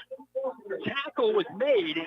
They're going to give credit to Brennan Walters, the ball carrier, and they'll try to point after him. Yeah, Joe Vaughton on the tackle, but by the time Joey got to him, he was already in the end zone. So they'll try to point after a touchdown, and they'll line it up right there. Let's put the block on the 10. Say what, the NFL went to a 33-yard point after touchdown. That makes it interesting. Yeah, it does. The guy's missing enough of them from when it was closer than that, so we'll see what happens. Oh, the hold was good. The hold was real good. It was a bad snap. Holder got it on the block, and they made it. Yeah, he bounced it to him, but great hands there by the holder. So that was Kason Messner on a good hold. 1:42 left here before halftime. Blue Devils are going to receive. And we'll also mention tonight's ball game is in part being brought to you by AGM Auto, LLC. At AGM Auto, you'll not only be treated with pure professionalism, you'll appreciate their state-of-the-art diagnostics and their up-to-date status of every AGM technician. And AGM doesn't only work under the hood. AGM works toward the recovery and restoration. They do body restoration. They make beautiful cars. They ends up in showroom treasures, mechanically and cosmetically. AGM Auto, you can reach AGM by dialing 317-984-5283. Again, their number is 317-984-5283. AGM Auto is located just 4 miles west of Highway 31, right there on 266th Street, west just a mile from Arcadia. AGM Auto. You can find them on Facebook at AGM Auto LLC. That's AGM Auto, Arcadia. They're going to try to get the ball off here. I'm not sure here, Larry, but I think we might have a Javier Sans. I tell you what, when they got names like that, I'm not too good. Yeah, we just do our best we can up here.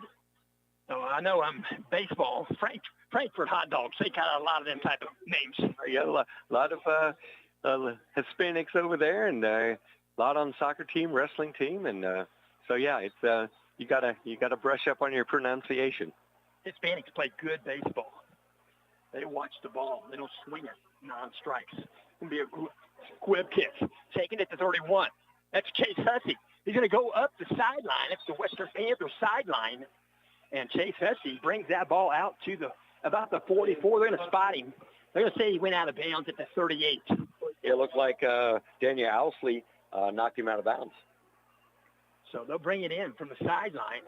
That's where you got to be careful for the officials to be able to run that sideline. Yeah, absolutely. They see a lot of them get tripped up, and so, yeah, we try to keep them back as far as they can. Western did a fine job there. There's no flag, no warning at all, nothing warranted. So they'll go right hash. Shotgun, empty backfield. Quinn Toll. He'll throw right side, right now. Caught. He'll get out of bounds. Jaron Aller.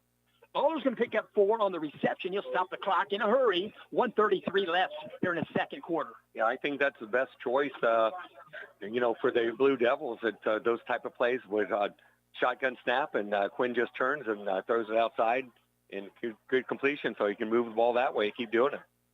So they'll line up again in shotgun. They'll have a running back in the backfield. That's Zane Durham. Split out wide right, Dakota Garman. Trips to the left, dropping the throw out of the shotgun. Looking across the middle. He'll flush out of the pocket. He'll get what he can. Quinn Toll will take it to the 43-yard line. It's going to become 3rd down 5. Yeah, it looked like, I believe never yet, Penn Sean Devine on the tackle, on tackle for the Panthers. So trips to the left, slot right, no huddle. Drop the throw out of the empty backfield. Quinn Toll to get to the sideline. Catch is made at the 45. Isaiah Mahaney goes on out of bounds, stops the clock at 1:06. Yeah, easy toss, but, you hate to, on the 3rd down, not at least throw it towards the stick. So they got another 3 yards they got to get to keep this drive going. So it's 4th down. They do need a couple. We're going to line up into the left hash. Ball's at the 46, Tipton territory. Empty backfield.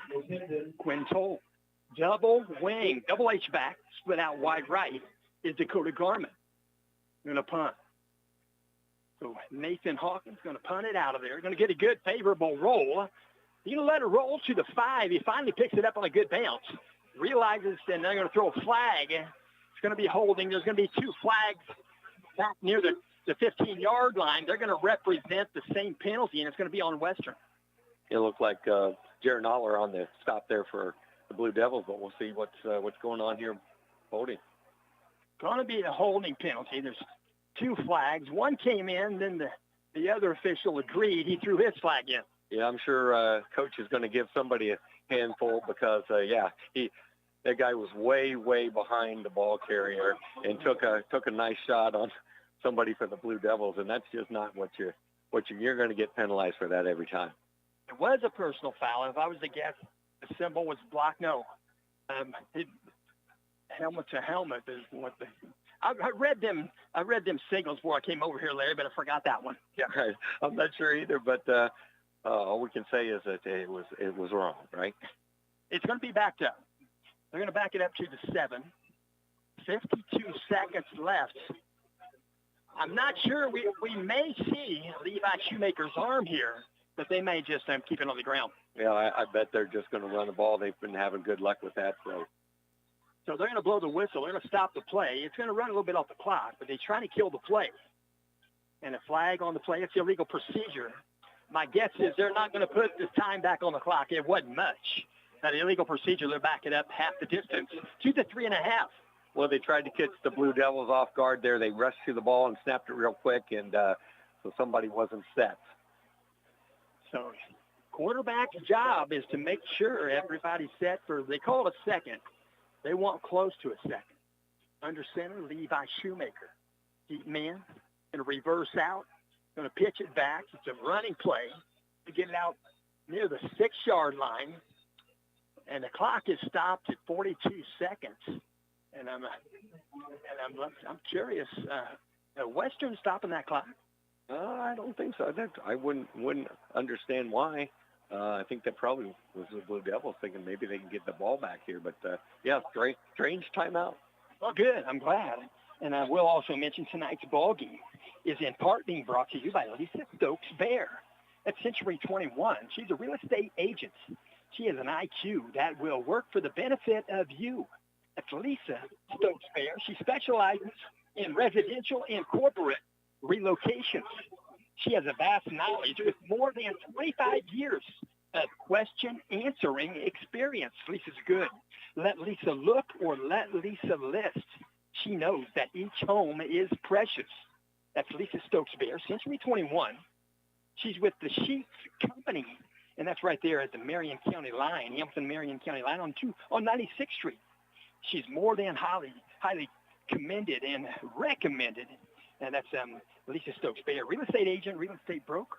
You can reach her by text, or you can call her 317-513-4086. Again, her number is 317-513-4086. They're calling the ball to 6. It's second down 11 for Western. 44 seconds on the clock. Second quarter, nearing halftime. Play clock at 7. Under center, Shoemaker. He'll reverse out. He kicked the ball. They'll go one hole. He reverses out clockwise, and he's going to pick up yardage, and he's going to pick up. They will move the chains. He just did get enough. You had Dakota Garman on the tackle again. So, again, safety is making the tackles. I have, except for Nathan Hawkins early in the game, I haven't called the name of a defensive lineman for quite some time. So, ball spotted at the 18-yard line. First and 10 from the left hash. Clock is moving, 18 seconds. Likely the final play of the first half. Under center, Levi Shoemaker. Motion out of the backfield. They'll pitch it to him. He's going to go right side. He's going to pick up the first down. He'll be tackled down at about the 31-yard line. They'll stop the clock at 5.8 left. Chase Hussey on the stop. And, again, just having trouble wrapping people up on the Devils defense. So they're called timeout. You got a timeout on the field. Burke Emmert is going to go out to the grass and attend to a Blue Devil player. And we'll also mention that this game is in part being brought to you by Discount Copies. Discount Copies, conveniently located at the west edge of Noblesville, Indiana. It's at 46062. They're just behind Pizza Hut and next to Bowl 32. That's along State Road 32, west edge of Noblesville. At Discount Copies, they provide setup services where you can turn your artwork into things such as note cards, notepads, prints, and calendars. And it's never too early to think about personalized Christmas cards. They'll provide posters and oversized printing. That is always available. And if you're planning a wedding, they can print all of your necessary wedding needs. You can reach them. That's Discount Copies. Reach them by phone by dialing 317-773-8783. Again, that's 317-773-8783. Or on Gmail, it's Discount Copies, the number 96 at gmail.com. And they got the Blue Devil off the field, and the official rolled the clock. And we are now at halftime, and both teams are going to go on into their locker room. I tell you what, Larry, we got a 20-minute intermission here. They got a homecoming festivities. Well, the Blue Devils need every bit of that 20 minutes to figure out how to stop this double wing offense of the Panthers, but was just told that Matthew McKittrick, number 21, has 142 yards on 10 carries. So it's or on 14 carries, I'm sorry. So over 10 yards a carry average for him. So again, so we'll get some halftime festivities, as AJ said. They're about to start with the Western Panthers wheeling the xylophones and the big drum and the keyboards and all kinds of stuff out for this halftime performance. So hopefully we get to hear the Western Choir as well. Hey, thanks, Larry. Hey, we'll go ahead and mention another sponsor for tonight's ball game. Got to appreciate sponsorship because we do this on our own free will. We just try to make sure that we're covered financially. I don't play Powerball. I'm not going to win Powerball up here. Oh, no. Again, we both do it for the same reason. We love this game and what it does for the young men that play it and the character development. So yeah, we don't make a whole lot of money. That's for sure. And here's your lottery. I don't play that either. If I'm standing at a convenience store, person in front of me is buying lottery tickets, I say thank you. My plates on my truck are costing less. Amen. You bet. Hey, Larry, I got to mention, this game is also in part being brought to you by Camino and Company. That's Camino and Company. They're in downtown Noblesville. You can find them on the website. It's Camino-and-company.com. Camino and Company, they are a mobile flower shop brought to you by local flower farmers and providers, small business partners, and the Camino and Company founders. Their mascot is a 1984 El Camino SS. That El Camino belongs to V.E. Witham. V.E. Witham is the grandpa of Carly Witham Elbrett. Carly Witham is the owner of Camino and Company. She's doing a heck of a job. She's a couple of years into it, maybe a little more. And her goal at Camino and Company is to please each customer from their concept to Camino and Company completion. Again, you can explore their website, Camino-and-company.com. And they are now booking 2026 brides. And they'll finish out your fiscal year, I'm certain. You can call Carly. I'm trying to get this phone number right. It's 317-833, I think it's 7982. So that's Camino and Company. I'll check that, see if I am wrong. I'll come back to you later. But also, bringing you this contest is Bubbles and Bark Spa. Bubbles and Bark Spa, we'll mention they are brand new. Bubbles and Bark Spa, I should say, they opened their doors on July 7th of this year. If you love your dog, Bubbles and Bark Spa will love your dog too. Bubbles and Bark Spa, they're located at 3660 West 500 South. Now that's Sharpsville, but don't let Sharpsville fool you because they are on the west side of US 31. West side of 31. You can find that address by knowing that. It's 3660 West 500 South, Sharpsville. And their phone number is 765-415-2476. Again, that's 765-415-2476. You can email them at bubblesinbarkspa@yahoo.com. Let Katie Waite, she will help you out. She is the owner. Katie Waite is now an entrepreneur. She's a 10-year member in 4-H. And she started doing her dog business, the Bubbles and Bark bathing of dogs, when she was 15 years old. She's still doing it. For a full groom, you'll get a haircut, nails, paw pads, potty patch, and an ear clean. That's Bubbles and Bark Spa. And so I tell you what, Larry and I are going to talk a little bit here. Larry, I tell you what, why don't we go ahead and, we'll talk about these Class 2A rankings. They kind of changed up a little bit, and it's kind of weird at the bottom, and I'll tell you when and why. I don't understand it. But anyway, right now this week, Class 2A Associated Press, through 3 weeks, the top 17 are listed. This Associated Press. I went to johnharrell.net. That's where I got this. I love johnharrell.net. I've met him once. I feel blessed. He has a webpage. It's amazing. You know that. Oh, yeah. Yeah, there's a lot of information. So we'll mention at number 1 this week. Exactly. Adams Central. Adams Central Flying Jets. They're synonymous for football right now. They've been doing it for 10 years or better. They're 3-0. And tonight they are at Jay County, Sectional 35. Jay County is 1-2. Flying Jets, I tell you what, Adams Central, when we played South Central, we talked to the coach before the game. it was always his goal to beat them. Yeah, South Adams, and that's a good rivalry, but Adams Central is really putting it to a lot of people. At number 2 this week is Brownstown Central. They're the Braves. They're 3-0. They're in sectional 40. Back in the day, back when your son was playing, they averaged 50-plus a game, and that's not quite necessary. Yeah, well, we might see that tonight if the Blue Devils don't figure this out.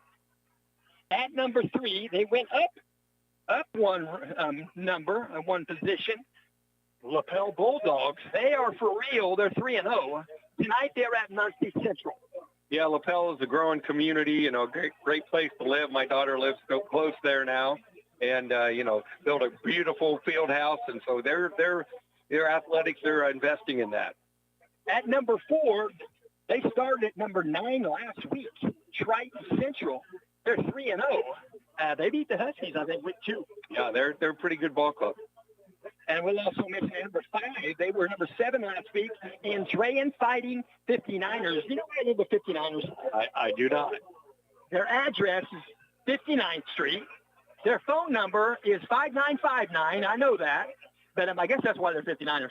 That works for me. Oh, I also should mention they established in 59. That's apt name. That's better sense now. So we'll mention at number 6, there were 7 last week, Eastbrook Panthers. They could be a foe in the playoffs. They're 3-0, and they are going against Alexandria tonight. Alexandria also 3-0 in the same sectional. That'll be a nice contest tonight. I think Eastbrook will come out victorious, but that ought to be a good game. And last week's game here with Lutheran did them damage. They're still at number 7, but they were at number 2 last week. They're at number 7, Indianapolis Saints. Lutheran Saints are 2-1. They're sectional 37. And like we said, they lost last week to Western. Tonight they're at Christina 2-1. Yeah, another good Indianapolis parochial school matchup. And we'll mention at number 8, Bluffton Tigers, as we said last week. Blue Devils have played them. They had a lot of juniors that year. They were going to seniors next year. But they're number 8 now, and they was at number 11 last week. And they're 3-0. They're in sectional 35. Eastern Comets, I think I heard a score mentioned about Eastern. Did you hear it? I believe they were winning, against Taylor Titans. So Eastern is at number 9. They were at number 11 last week. They're 3-0, sectional 36, as we know. And they are at Taylor 2-1 tonight. Yeah, I think Eastern will be able to take care of that one. And number 10, they moved up from number 16. They were tied with the Tipton Blue Devils at 16 last week. Seeger Patriots are 3-0. They're in sectional 34. Yeah, they have a nice ball club too, I've heard. And Alexandria Tigers, we just spoke of them. They were number 12. They were number 10 last week. They dropped the place in the rankings, but they didn't lose. Well, I guess that happens sometimes. And number 12, Linton Stockton. They're the Miners. They're down there at Linton. If you want to go fishing, that's the place. Duggar. There's some good fishing there. Yeah, I've heard, and they've had a nice program here for a little bit, and so I'm surprised they're 1-2 on the year. So Linton Stockton, they're number 12. They were number 5 last week. As Larry said, they're 1-2. And at number 13, they moved up from number 15. That's Northeastern Knights, 3-0. I'm not super familiar with Northeastern. I'm not as well, so I'm not really. I assume they're in the Northeast, but that's about all I know. I know the Blue Devils basketball team played them in a tournament over a Christmas break a couple of years ago, and the coach of Northeastern was a student and a player for Coach Cliff Hawkins back in the day. Oh, that's interesting. I think it was okay for me to say that. All right, that's great. And I did ask him. And then we'll also mention number 14. They moved up for 4 spots at Centerville Bulldogs. They're 3-0. Okay. And number 15. Now here's what questions me. I'm puzzled. Listen to this. Number 15. They're new in this ranking. Eastern, that's Pekin. Eastern Pekin Musketeers. Their record is this, Larry. 0-3. How do you get ranked in the top 17 in 2A with having an 0-3 record? Unless they've lost close games to all a 6A schools, I'm sure they don't do that. The bigger question is, How do they get in the Associated Press rankings for the first time for that? Must be a sports writer that knows a lot of people. Is all I can figure. I'm not trying to put down their kids because I love kids. I'm just curious. It'd be interesting to find out. Okay, number 16, Rensselaer Central Bombers. They're new this week. Rensselaer Central Bombers, I got to say this, Larry, I hope you don't mind. Rensselaer Central Bombers, they're 3-0. They are our opponent next week. We'll travel to Rensselaer. That's 100 miles from my driveway. I've odometered it. They're in sectional 33. Chris Meeks, their head coach, has a record of 198 and 112. If he wins tonight, next week could be a bit of a milestone for him, but we'll hope that he don't get that next week. He's in his 27th year. He's at West Lafayette tonight, so he may. They're 0-3, and Coach Chris Meeks had a knee replacement this past spring. Actually, Dr. Condit corrected his knee. There you go. Well, West Lafayette, I'm sure they don't want to, they want to stop this kid. They're a proud program, so I'm sure they're going to give Rensselaer all they want. The last one on the list, they dropped 6 spots. Number 17, North Posey Vikings. How about them Vikings? 2-1, and they're in sectional 39. That completes the top 17 this week in the Associated Press. That's just people that are associated with football. Sure. Well, I'm sure you're going to do a little research and find out how Eastern Pekin Musketeers at 0-3 got on that ranking. Without question. And okay. And we're getting some information here, listening to the halftime show of the Western Panthers band. Again, I'm kind of amazed. They've got 2 keyboards and I think 3 xylophones out there doing a nice job. A lot of youngsters in this band, and they're sounding great. So, all right. Okay, they do sound good. I tell you what, last night I was leaving Tipton's parking lot, and the flag corps was out there practicing past 8:15.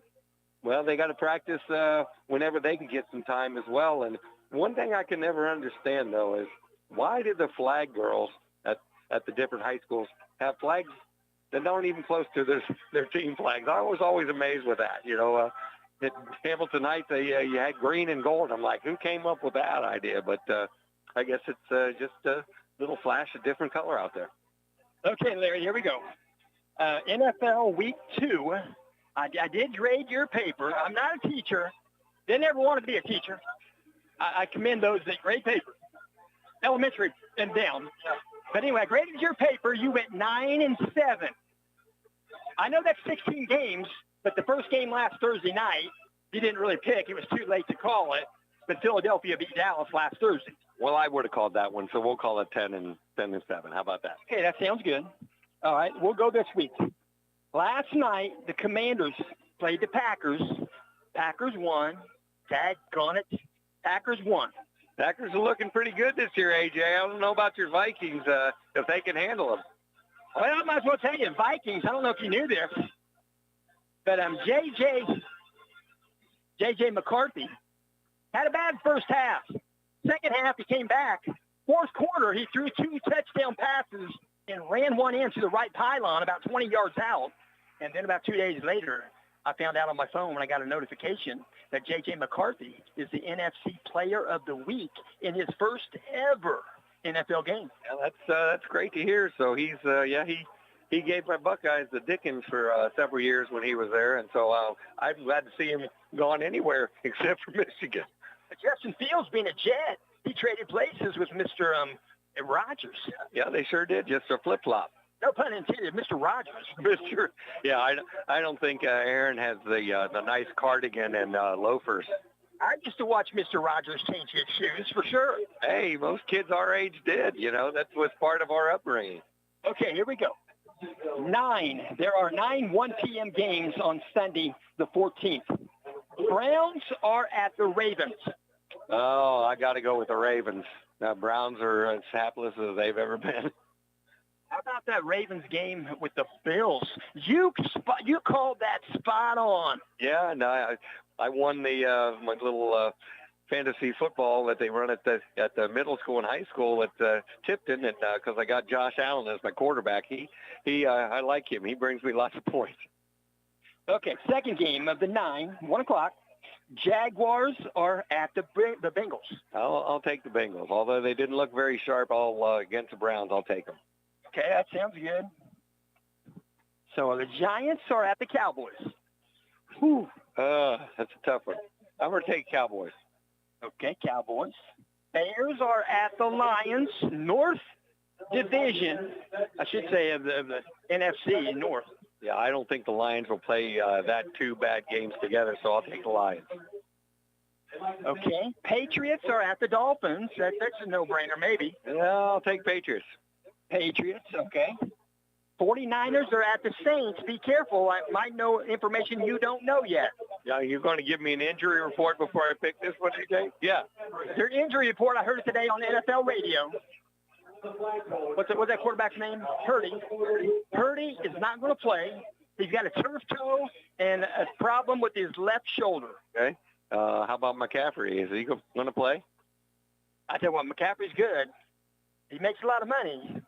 I love his dad, Ed McCaffrey, sounds great on my NFL radio. He's a good talker. He played good tight end, but McCaffrey, Christian McCaffrey, he gets beat up because them guys are huge. He sure does, and I'll still take the 49ers because I think the Saints are kind of in a tailspin. Okay, the Bills and the Jets. Bills. Benny and the Jets.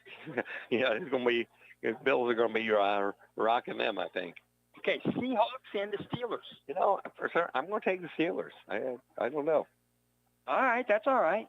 And the Rams are at the Titans. I think that's an easy pick. I'll take the Rams. Okay, 4:05, 4 o'clock game. The Panthers are at the Cardinals. How did the Panthers do this last week? Yeah, I'll take the Cardinals just because they're the home team. Okay, here we go. Home game for the Colts. They're playing the Broncos. And I tell you what, Dudley Do-Right is doing well. I was pleasantly surprised at his game, so I'm going to take the Colts. 33-8. Yeah, and at home, like I said, if Daniel keeps doing what he's doing, they'll have a nice year. Okay, so Colts there. 4:25 game. There's just one. Eagles are at the Chiefs. That's going to be.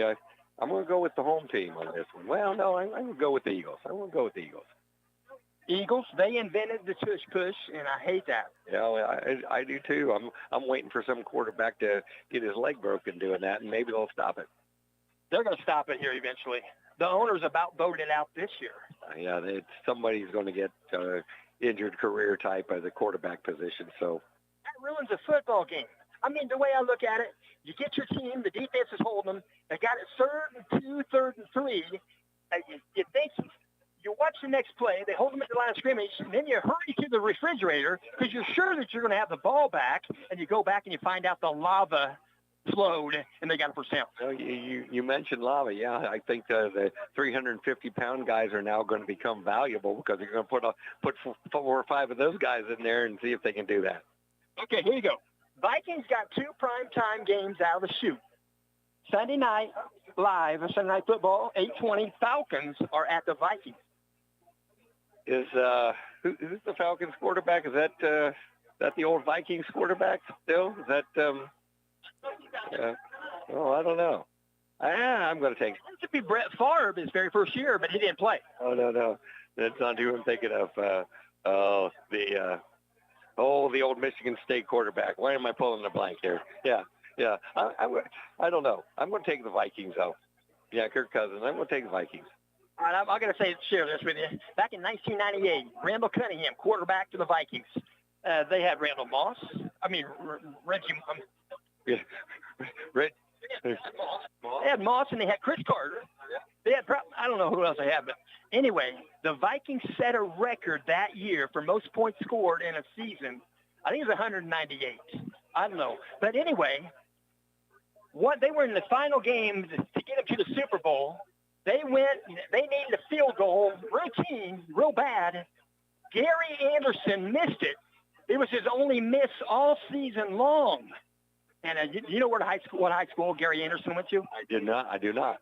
Ben Davis. Really? I wasn't aware of that. And he didn't miss too many. He was excellent kicker. He missed that.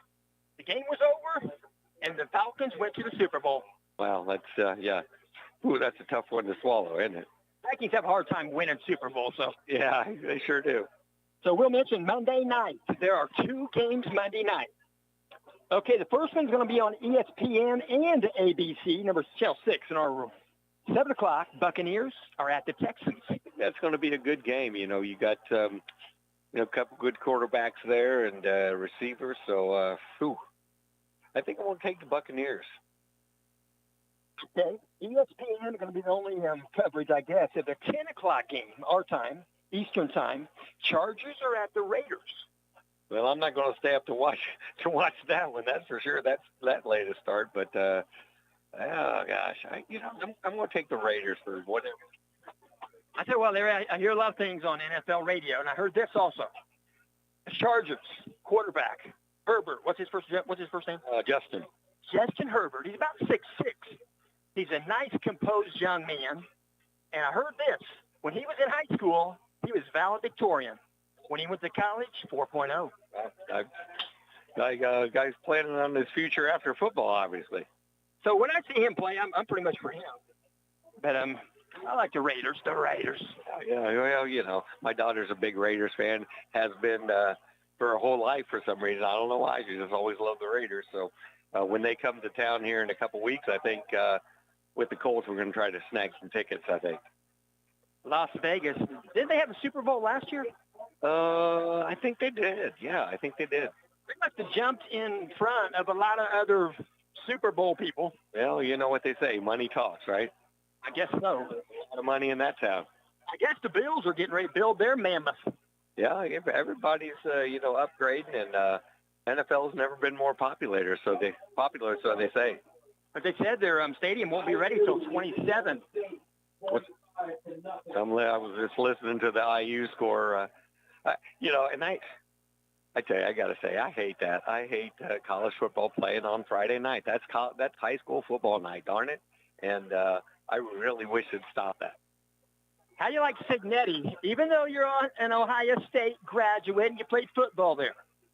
Yeah, well, he talks a big game, and he got humbled in Columbus last year, and he's lucky they don't play the Buckeyes this year. I'll just say that. But I think Oregon is going to put a whooping on IU like they haven't seen in a while. IU really hasn't played yet. No, not. That's kind of their MO, And but like I said, Oregon game, they got Oregon this year, and Dan Lanning gets his team fired up, and I think it's going to be more than IU can handle. I kind of like Signetti. I like to hear press conferences with him because he says stuff that is so wisdom-filled. Yeah, he's a smart guy. Like I said, sometimes, and you got to be confident. If you're going to be in that position, you got to be confident. But sometimes I think his mouth overloads his you-know-what. If you make a good wage, you can focus on what you need to do. Yeah, absolutely. Yeah, and he's definitely recruiting guys, that weren't looking at IU before that. So that's good for the Hoosiers in the long run. So we're going to start this second half. Blue Devils are ready to receive. Western Panthers going to go out to the surface. 12 minutes on the game clock. 35-7. Blue Devils trailing. They're going to get the ball here to start the second half.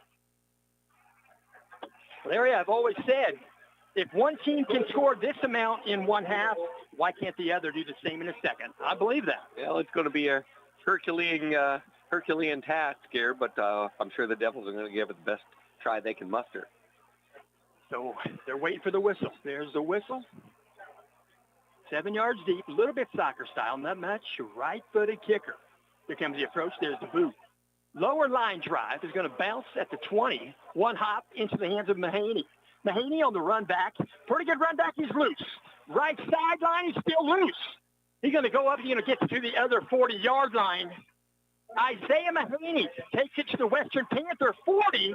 He did the same thing to the 40 of Twin Lakes last week, second half. Yeah, well, again, he kind of busted it outside of that wall this time, and Bryson Rucker took him down, number 81, I should say, for the Panthers. Hey, my dad just texted me in. He says Indiana University 45, Indiana State 0. They're going to line up. Slot to the 3. Trips to the left for the Blue Devils. From the 40 of Western. Shotgun. Single man in the backfield is Chase Hussey. He'll block. Pass play. Wheel route. They're going to get it to Dakota Garman. Garman going to get out of bounds. A first down on the wheel route. Pass from Quintoll. Yeah, that was Levi Shoemaker on the tackle there, and he was named a homecoming queen at king at halftime. So Levi's having a big night. He's probably elated. He probably thought he was a queen. Oh no, he's all boy. So here we go. Shotgun. Quintoll, single man in the backfield. That's Chase Hussey. They got stacked receivers left and right. You have 2 each way. They give the ball to Hussey. They go right side, 2-hole. They'll get down to the 25, and the Blue Devils coming out of the locker room coached up. Yeah, they're trying to get after it here. Jay Smith was a tackler for the Panthers, but a little tush push there. We were talking about that earlier from who was that? That was Big Jack Roach kind of got behind him, gave him a few more yards. So, just inside the left hash, slot left, slot right. Ridgeway right side on the line of scrimmage. Dropping the throw, 2 steps. Looking to get ready. They're going to roll right. Quintoll. You're going to call the receiver back. He's got to come back to him. You can't keep running deep route. If Quintoll needs you to put it in the ground, get back to him. Yeah, that was McKittrick on the tackle there as he went out of bounds. But you're exactly right. You know, when you see your quarterback under duress, kind of running for his life, you got to put your foot in the ground and come back and help him out. That defender is not going to keep up with you. He don't know you're getting ready to do that. Yeah, and if you come right back behind him, his eyes are in the backfield, and he's not going to see you. So you got to do that. You got to help your quarterback out. So it's second down. 2nd and 7. Blue Devils, I take that back. Call it 3rd down to dial it down. I should say it's a magenta. It's a nice unit keeping the down. So Blue Devils, shotgun. Dropping the throw, 2 steps. Going to take it down the right sideline. Pass play, caught. Caught by Dakota Garman. He'll get inside the 10. Looks like Quintoll might have took a little bit of a hit, but not much. He gets back up off the surface right there. Yeah, Evan Dinn on pretty good coverage there knocked him out of bounds. So it's going to be 1st and goal from the 10. 4 plays from the 10. This is about like an overtime game. 4 plays from the 10 is how that works. Yeah, we'll see that. But again, this short passing game is kind of becoming the trademark of the Blue Devils. So we'll see if they can keep it up. Shotgun. Single man in the backfield, slot left, tight end. Left hand right, blocking, tight ends. Going to roll right, looking to throw is Quintoll. He's going to work it towards the other sideline. He'll be tackled, I think, in the field of play. He's not going to lose much, though. They're going to call it a loss, but not much. But they're going to check on somebody over there. I'm not sure. Maybe the chain broke. We'll hope it's not checking on nobody. Yeah, I can't really tell over there. But, again, Quinn's a playmaker, so he's holding on to that ball, trying to look for somebody to help him out. But, sometimes he, maybe tuck it away and get a little bit more. So they're good. It's 2nd and goal. They call it from the 10. They call it loss of 2. It's 2nd and goal from the 12. Dropping the throw. Quintoll lofts it to the corner of the end zone, the back corner. There was some hand checking there, wasn't there, Larry? You got binoculars on. Did you see hand checking, hand fighting there? Yeah, it looked like both of them had their hands on him. Cason Messner on the coverage, number 1 on the coverage, had him pretty good. So Quintoll tried to go to the left deep corner of the end zone, looking for Zach Ridgeway. Couldn't be caught. 9:53, clock stopped with the incompletion. And as the dial it down says 3rd down, it's actually a magenta digital readout. Those things are about $1,200. If you get the other brand, it's $2,000. I actually looked those up last year. So they're going to be a timeout. The Blue Devils are going to talk this over. 3rd and goal from the 12. Yeah, they're, they don't want to squander this opportunity deep in Western's into the football field. So they're going to talk it over and try to dial up something that gets them 7 points. So timeout on the surface. We'll mention tonight's ball game is in part being brought to you by FritzandFishers.com. Since 1983, great cars, great prices, great customers. You can dial them up at their dealership in Fishers, Indiana at 317-842-2228. They have 2 Hamilton County locations. You can get a rare 2-point safety. They saw that last week. Blue Devils recorded a safety last week. And we'll mention Fritz and Fishers. They're located 8599 East 116th Street in Fishers. Also in Noblesville, 2400 Westfield Road, Noblesville, Indiana. And for that 2-point conversion, you can explore their quality used car inventory. FritzandFishers.com. There's the whistle, play clock. Shotgun. Quinn Toll, single in the backfield. Going to drop the throw. Looking left. He's going to let it go. Same spot. Back to the end zone. It's going to be halfway in the end zone. When are you going to be caught? They're trying to find Dakota Garman there. It's going to be 4th and goal from the 12. Blue Devils going to dial up another play. Yeah, Daniel Ousley on the coverage there. Again, Quinn just let him a little bit too much there to the corner. So, ball spotted. Might be closer to the 11. It's at the right hash. Blue Devils looking to put it in the end zone. They're looking around the perimeter passing routes. Quinn Toll can throw a bullet. Yeah, he can. So we'll see if they do something crossing route or something like that. So, trips to the right. Here comes near motion. Near motion behind the line of scrimmage is Chase Hussey. He'll reset. Looking left on a shotgun. Pass play. He looked over the middle. He's going to let it go. And it's going to be tipped and not caught. It was a possibility. There were double coverage there. And I'm trying to make the catch. Was that Jaron Aller? He did try to high point that. Yeah, there were a couple. In fact, there were 2 receivers, 2 defenders, all within about 2 yards of one another. So it was a jump ball, and nobody came down with it. So they'll spot it at the 11, and the Blue Devils will turn the ball over on downs. That was a good opening drive, second half. Well, I don't think any drive is good unless you had points at the end of it. So I'm sure Coach Stoll feels the same way. I believe you. So they're going to line up 11-yard line. From the left hash, Western Panthers going to go towards the scoreboard. They're going from the north to the south. North-south football field. They got their baseball field lit up. It is beautiful. Going to work the ball right side. Go outside across the 20, maybe to the 22. Ball might have come loose. Jack Roach was in there late, but did the ball come loose? No, I don't think so. Zane Durham was on the tackle there from his linebacker position, but again, well designed. That time quarterback just kind of took a step back, acted like he was going to throw, and then took it right up the middle, followed his center, and made a good game. So ball spotted, 23-yard line, Panther territory, 1st and 10. Under center, Levi Shoemaker, deep motion. He'll take the ball himself, Shoemaker. And the Blue Devils are swarming on Shoemaker on that play. Yeah, Hussey and Slade Springer on the tackle there. And that's what the linebackers are going to have to do for the Huskies, the Devils, if they're going to stop this onslaught of the running game. So kind of all-out blitz there, and worked out well for them that time. So play comes in from the sideline via the legs, 14, Maddox Williams. Ball spotted right there at the 23-yard line. It's 2nd down and 10.5, a loss of 1 on the tackle.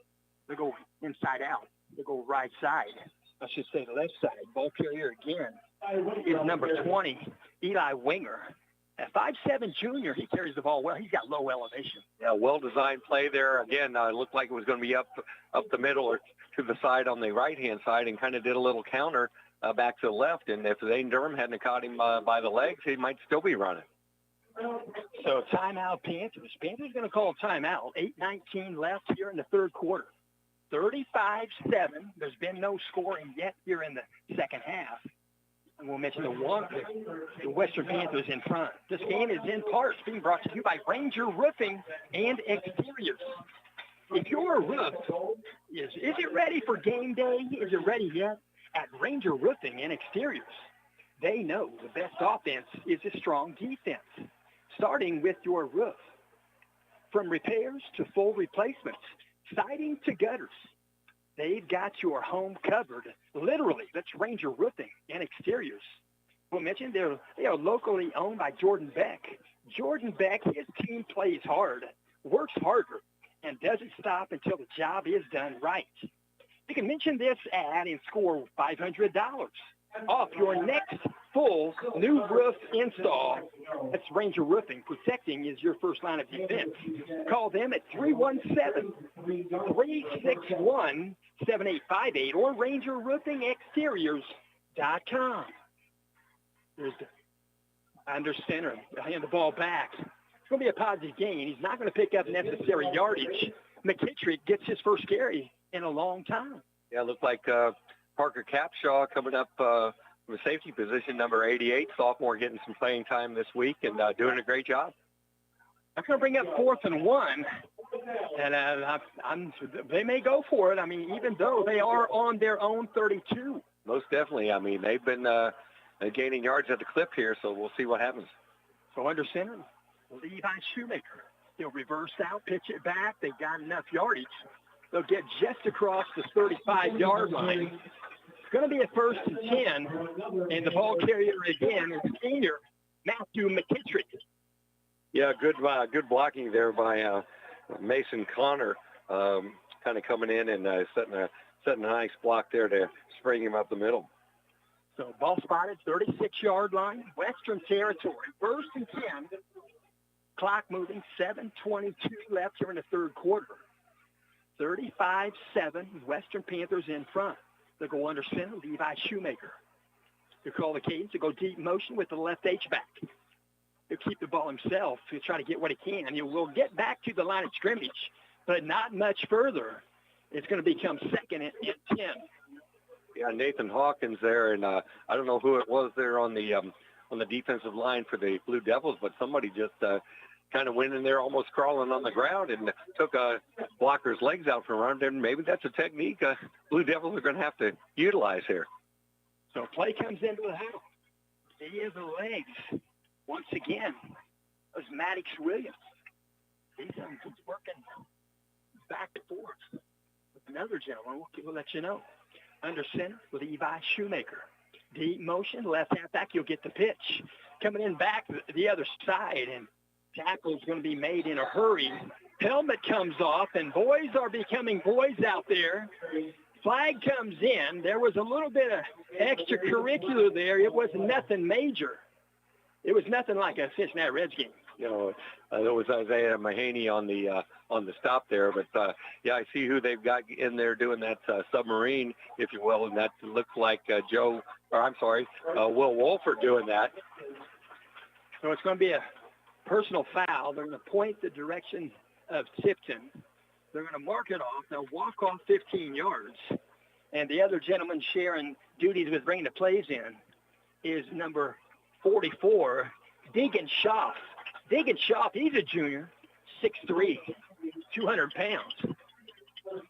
So they give up a first down. The ball moves into Tipton territory at the Tipton 49-yard line. From the right hash, clock moving, 6:18. The lineup under center again, Shoemaker. Deep motion from the right halfback. Shoemaker reverses out. He'll carry the ball himself. He'll go right side. He'll get beyond the defensive end. Counter cutback reverse. He made a couple of yards beyond that. Yeah, Chase Hussey on the stop there for the Devils. So the ball's going to be spotted at the 47 of Tipton. 2nd down, 8. Yeah, again, that submarine type of defense there seems to be working a little bit, causing a pile there rather than a hole. So ball's nosed up, 47-yard line, right hash, line of scrimmage. Tight bunch. They got a tight bunch. They got an H-back left, H-back right. They got a fullback right behind the quarterback under center. That's Levi Shoemaker. He reverses out again. He goes clockwise, and he goes 3-hole, picks up a good gain. He's going to be about a yard shy. Brady Henderson from his linebacker position there for the Devils. So they're going to call it a gain of 6. So it's going to be 3rd down 2. 3rd down 2. Blue Devils need another tackle for a loss. And make it a tough 4th down for them. Yeah, we'll see if they can stop this run attack once again. So ball spotted at the 41-yard line of Tipton. 3rd down 2. Clock's just under 5 minutes. Under center, Levi Shoemaker. deep motion from the right halfback. Shoemaker's going to take it himself. He'll go left side, about 4 hole, and he'll pick up necessary yardage. Blue Devils going to tackle him near the 37-yard line. 1st and 10, Western. Henderson again on the stop for the Devils. So just a little bit behind the 37-yard line. Western Panthers going to take over 1st and 10. I should say to continue this drive, 1st and 10. 4 minutes, 30 seconds. Third quarter clock is moving. 15 seconds on the play clock. They just got the play to the huddle. 10 seconds. Going to be something here. We'll see. Will the Panthers need a timeout? It's at 5 seconds. They're now at the line of scrimmage. 3, 2, 1. They got the snap off.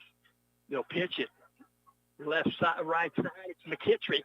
McKittrick going to get it to the 25-yard line. And a flag comes in late. Late flag with the East line judge tosses it.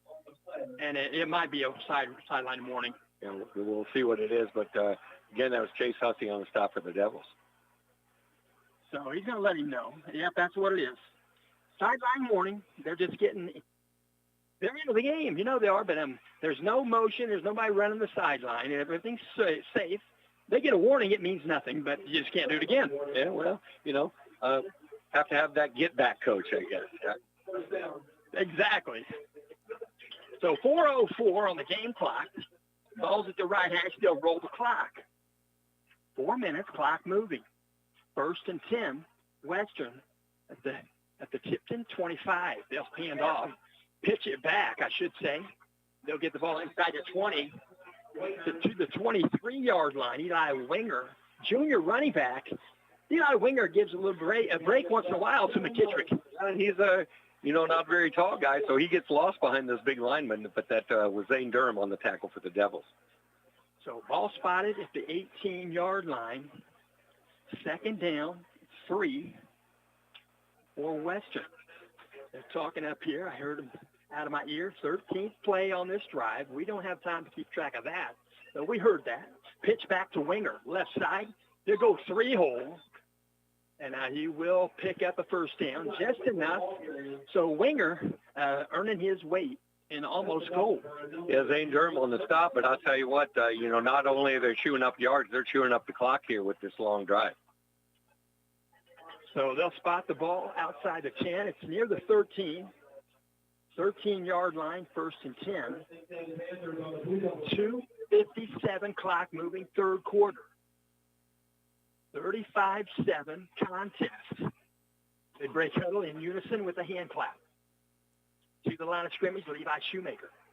They got a deep back, and they also have the fullback behind the quarterback, Shoemaker. They'll pitch it. They'll go left side. That's Eli Winger. Winger gets a pretty positive gain there. He'll take it to the 5. And it's going to be a 2nd down, 3 for Western. 2:28 clock moving. And sophomore safety Parker Capshaw on the stop again, and that's not what you want, is to have your safeties making tackles 7-8 yards down the field. So the clock moving, 2:15. 2nd down, 3 for a 1st. They need 5 for the goal line. Western Panthers break huddle. They're to the line of scrimmage. Play clock is at 8. They'll get this play off. Levi Shoemaker under center. Deep motion. The right halfback, they'll pitch it to Winger. The pitch was a bit high on Winger's shoulder pads right there in the front plate. And the Blue Devils had an opportunity, and they took it and made a good tackle on the play. Yeah, that was Zach Emberton, number 11 on the tackle from his outside cornerback position. So it's going to be set the change down. I guess he got it to the 3. So he just did get a 1st down. It's going to be 1st and goal from the 3. Ball's at the left hash. A lot of folks on hand here tonight for a Western homecoming. Rightfully so. 137 on the play clock. Under center, Levi Shoemaker. Deep motion. They're going to give it to Eli Winger, and Winger's going to get a touchdown. Never got tackled. He goes out the back of the end zone, hands the ball to the official. I tell you, a fantastic block by Matthew McKittrick there. He's been running the ball, but he sure helped his his tailback number 20 on that one, Eli Wegner, on the touchdown. So they're going to try the point after. Again, the boot is perfect, high elevation, and it's a 42-7 contest, Larry. 1:29 left here in the third quarter. As you know, the IHSAA implemented that mercy rule is what they named it. I think that name is not good. It should be mercy. Yeah, it could be. I don't know what they've come up with, but again, it's. I'll tell you what. Teams playing the Western Panthers this year better have some big guys in the middle and some active linebackers, or they're going to have a long night, as the Devils are having tonight. So they're going to run the clock here during the ball game, and even an incomplete pass, the clock will run because it's a 35-point differential in score. But that rule can only take place in the second half. If you score 60 in the first half, it takes the second half to start the running clock. Yeah, absolutely. But again, Devils are going to try to, get something good here at the end of the game. That's for sure. So they're going to kick the ball. Blue Devils are going to receive. 42-7. Both teams are perfect on extra points tonight. Yeah, and I'll tell you what, the Panther fans are loving this. After a winless year last year, things are turning around here up in Rucherville. Blake Conklin, I admire Blake Conklin big time. Absolutely, you bet. So they're going to take the opening kickoff to the 10. The flag comes in from the West line judge. He threw that from the sideline. He evidently saw something. Oh, he's going to spot the flag, so it's going to be a holding call. Yeah, it looks like it. When they do that, you know what that's going to be. So they're going to work it right there. I will say Blake Conklin, coach of Western last year, he provided me with necessary paper items, roster, depth chart. I said hi to him. Yeah. We didn't do an interview. I said hi to him before the game. He said hi to me. Yeah, well, that's great. Yeah, you can kind of can develop some good acquaintances here doing what we do. Blocking below the waist against the Huskies. That's what warranted, I guess, a flag coming in. That was a fastball he threw with that flag. Yeah, that referee has a nice heart. I hate to bring this up, but I'm thinking about it. But NFL, you probably saw that time the guy threw the flag at the pile, fastball, and somebody lost their eyesight. Yeah, and right in the you wouldn't think with all the face gear that would happen, but I guess it can. So Blue Devils, shotgun, stick him in the backfield. Going to drop the throw. Quinn Toll looking right. He's going up the sideline. Up the sideline, caught. Dakota Garman, he's into Blue Devils. I should say he's into Panther territory. That ball was perfect. I will say Dakota Garman kind of had to run it down, but he did. Yeah, that's they've been working together pretty well. But Max Duke on the coverage there, a senior for the Panthers, and had him pretty well covered. So that's going to empty out the third quarter. Nice pass play to empty out the quarter. And while we'll mention this game is in part being brought to you by Lucky Strike Lanes. Lucky Strike Lanes, Elwood, Indiana. If you like creating memories, that's the place to be. Family, friendly bowling, state-of-the-art Redemption Arcade. Great food and drinks. You can find those at Sally's at the Alley. It's right there in the bowling alley. Open lanes with cosmic bowling every Saturday night, 7 to 11 p.m. Lucky Strike Lanes are just west. Same parking lot, just west of Pizza King on Anderson Street. That's in Elwood. That's Lucky Strike Lanes. I tell you what, Chuck Kane runs that bowling alley. He owns it. He is a joy to work for. That's good. I'm not familiar with him, but if you say so, I agree. For certain, he is. My dad's bowled in there. We're going to go shotgun. They turn around. They invert the field. Blue Devils going towards the scoreboard to the south. Ball's at the 45 of Western. Shotgun. See him in the backfield. Zane Durham. Dropping the throw. They're going to hand off. Nope. Going to take the hand off. Good fake by Quinn Toll. He'll slide forward. But a lot of folks didn't know he was going to slide. There wasn't a major hit there. That was a quick slide. That was pretty well done by Quinn Toll. Yeah, number 3, Daniel Ousley was right there, and Quinn decided he didn't want to get hit there and got what he could. So ball spotted just inside the 40, Western territory. 11:34, clock moving. It will not stop unless there's a timeout, an injury, or a touchdown. The touchdown, that takes a lot of time to get set up for the extra point and all that stuff, so they stop the clock for that. Going to drop the throw. Picks the ball back up off the surface. Quinn Toll going to roll left. Looking to get rid of it. He'll throw it out of bounds, and there's a little tackle out there. I'm not sure the white-hatted gentleman was watching the quarterback play. He might have been looking downfield when that happened. Yeah, it might be, but again, not anybody getting open, not anybody helping out Quinn Toll and coming back for it. So third down, 4. Third down, 4. Ball's at the 39-yard line, Western territory. Ball's in the middle of the field, straight in front of the goalpost. And Zane Durham is in the backfield. He'll move to the right side, just a bit behind quarterback Quinn Toll in the shotgun.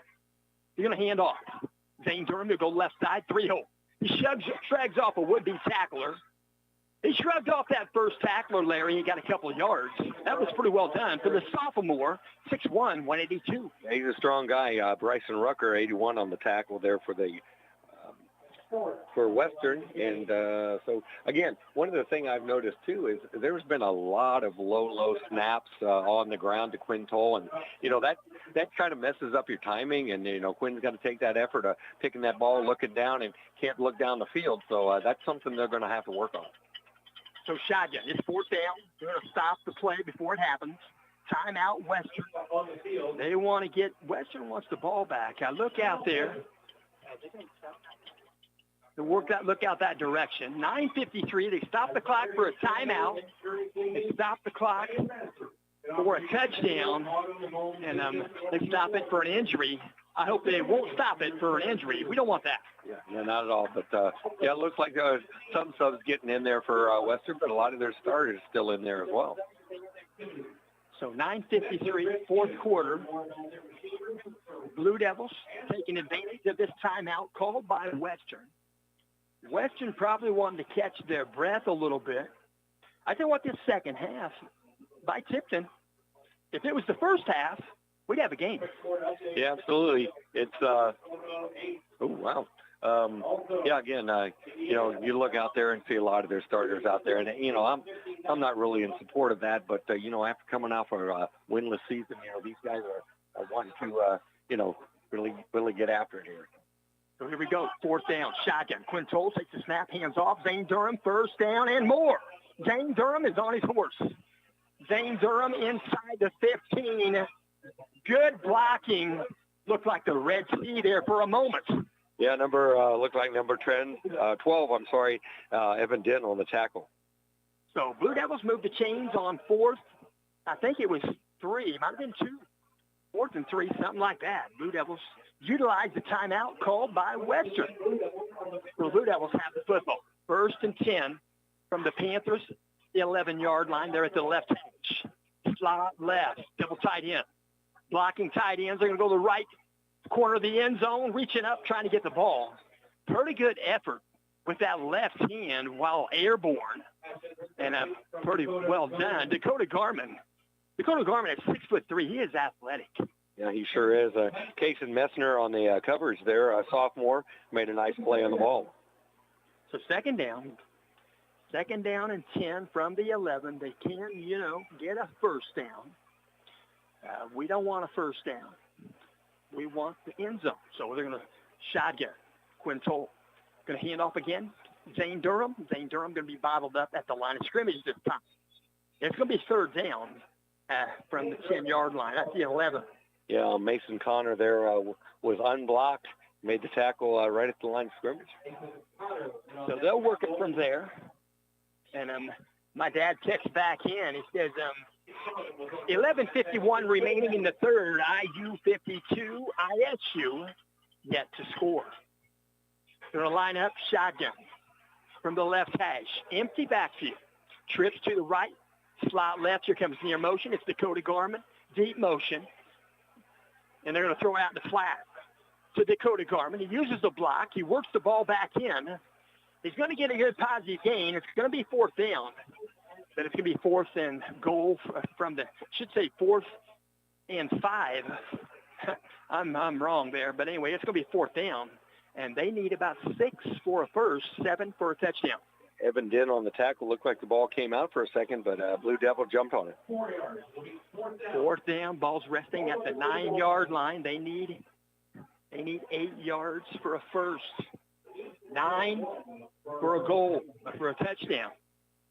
Single man to backfield, Zane Durham. Shotgun quarterback, Quintos. Split out wide left, trips to the right. They're going to run an option. They'll give it an option right now. Zane Durham, he'll go left side. He's going to be close. He's not going to pick up necessary yardage. He might be a yard shy. Let's see what the official mark is right there. And the referee's going to walk the ball in. The East Line judge spotted it. It's going to be at the 2. I take that back. They picked it up. I don't know if that's favorable, but Zane Durham is definitely worthy. I didn't think he made the time. So I think they're thinking it's over, and it might change the call here. I think they might change their mind here because they needed the 1. It's going to be a bummer if they do, but not sure. It's first down.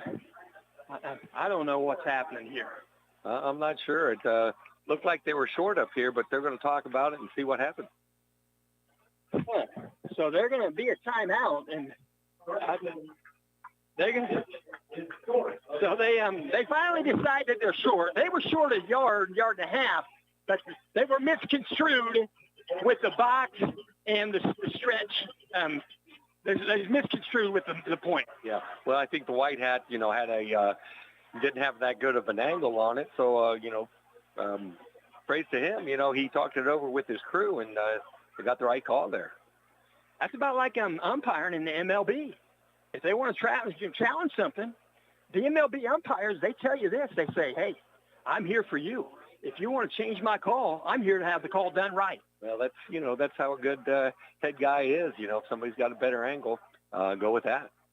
Under center, Levi Shoemaker. Deep motion from the right pass back.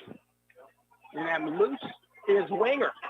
Eli Winger is loose from the 2-yard line. Going to be caught from behind by Dakota Garmin. Let's see. Garmin tries to strip him. Strip the ball loose. Garmin's going to make the play at the 5-yard line.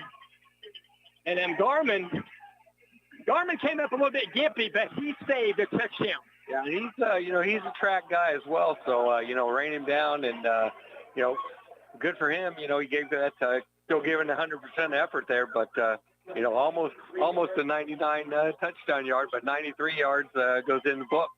In fact, Tony Dorsett back in the day against the Vikings. Yeah, he was moving, but, like I said, praise to Dakota, he didn't give up. There's no give up in him, and he ran him down from behind. Remember Tony Dorsett? Yeah. Oh, yeah. Pitt. When he got to the NFL, his name became Tony Dorsett. Yeah, exactly, yeah. So they're going to call a timeout. Western Panthers. Ball's at the 5-yard line. They're going to bring in their second unit. Yeah, so they come in mass, and they're going to give these guys a chance to get a touchdown if they can punch it in, and I'm sure that they'll appreciate it. So ball's at the left hash. They're going to the second unit. Under center, quarterback for Western is going to be number 9, Hayden Shaper. Hayden Shaper, under center. He's a junior. Quarterback, defensive back. They're called the Cadence. Deep motion. They'll hand the ball off, fake a pass. And the Blue Devils also with a second unit out there. Am I not wrong? No, there's still a few of them out there. Slade Springer on the tackle. So, it looks like there's a few in there, but still a lot of the starters back in. So they're sprinkling some in. Yeah, sure are. So ball's just inside the 5. They pick up about a half a yard on first down. Clock moving, 3:27. We're in the fourth quarter, 42-7. Panthers have scored 1 touchdown and an extra point. That's the only scoring here in the second half. Devils, you mean? Yeah, but that's again, they had their chances and just couldn't get it done. So they're going to line up under center. It goes motion away. They'll pitch it to the motion man. He'll find a hole, try to dive in, but he's going to be caught up right there about the 3-yard line. So the ball carrier, James Hornaday, he's a sophomore, 5'10", 150. Yeah, it looks like, let me see here. Let me see your light there, AJ. I think that was Caden Cook on the number 31 on the stop for the Blue Devils. So in the huddle, Western Panthers, 2:38 on the game clock. Play comes in from the sideline via the legs of the quarterback, Hayden Schaefer. He wears number 9. Going to line up right side. They're going to hurry up to the line of scrimmage. Play clock at 4. They're fine. Fumble is loose right there, and the Blue Devils are going to land on it.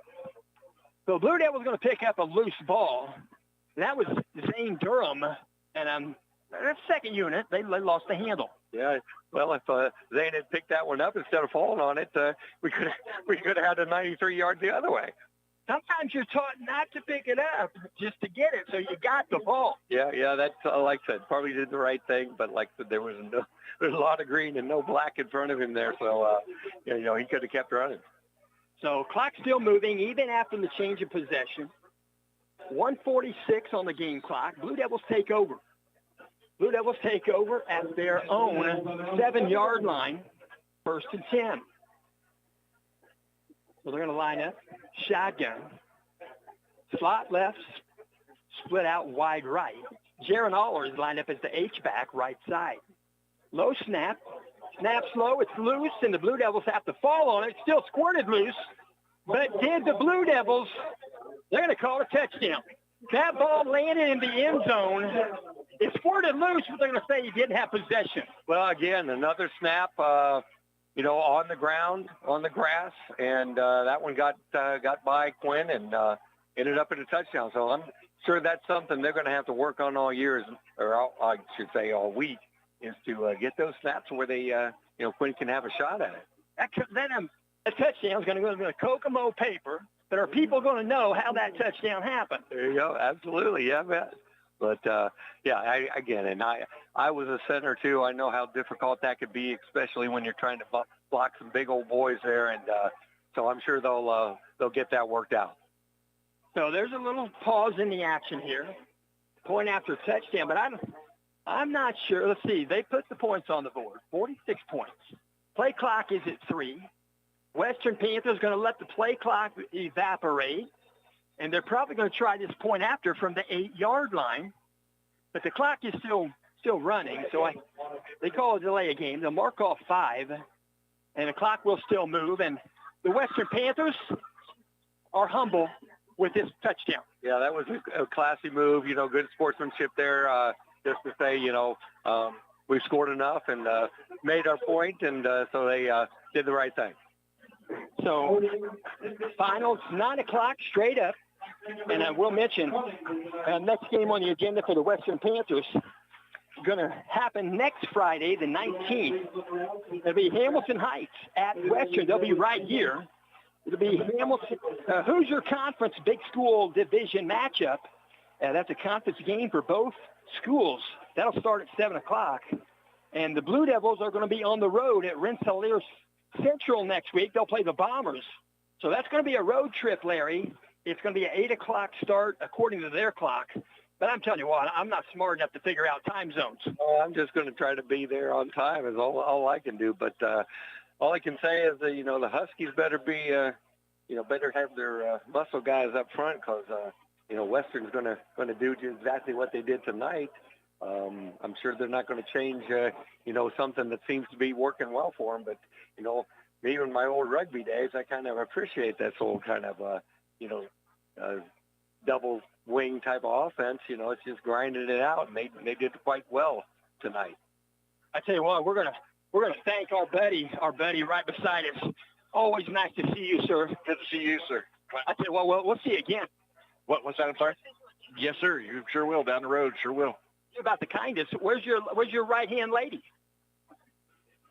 Lafayette. Sounds good. Thank you, sir. So that is Kokomo Tribune, but Larry, we're going to bow out of here.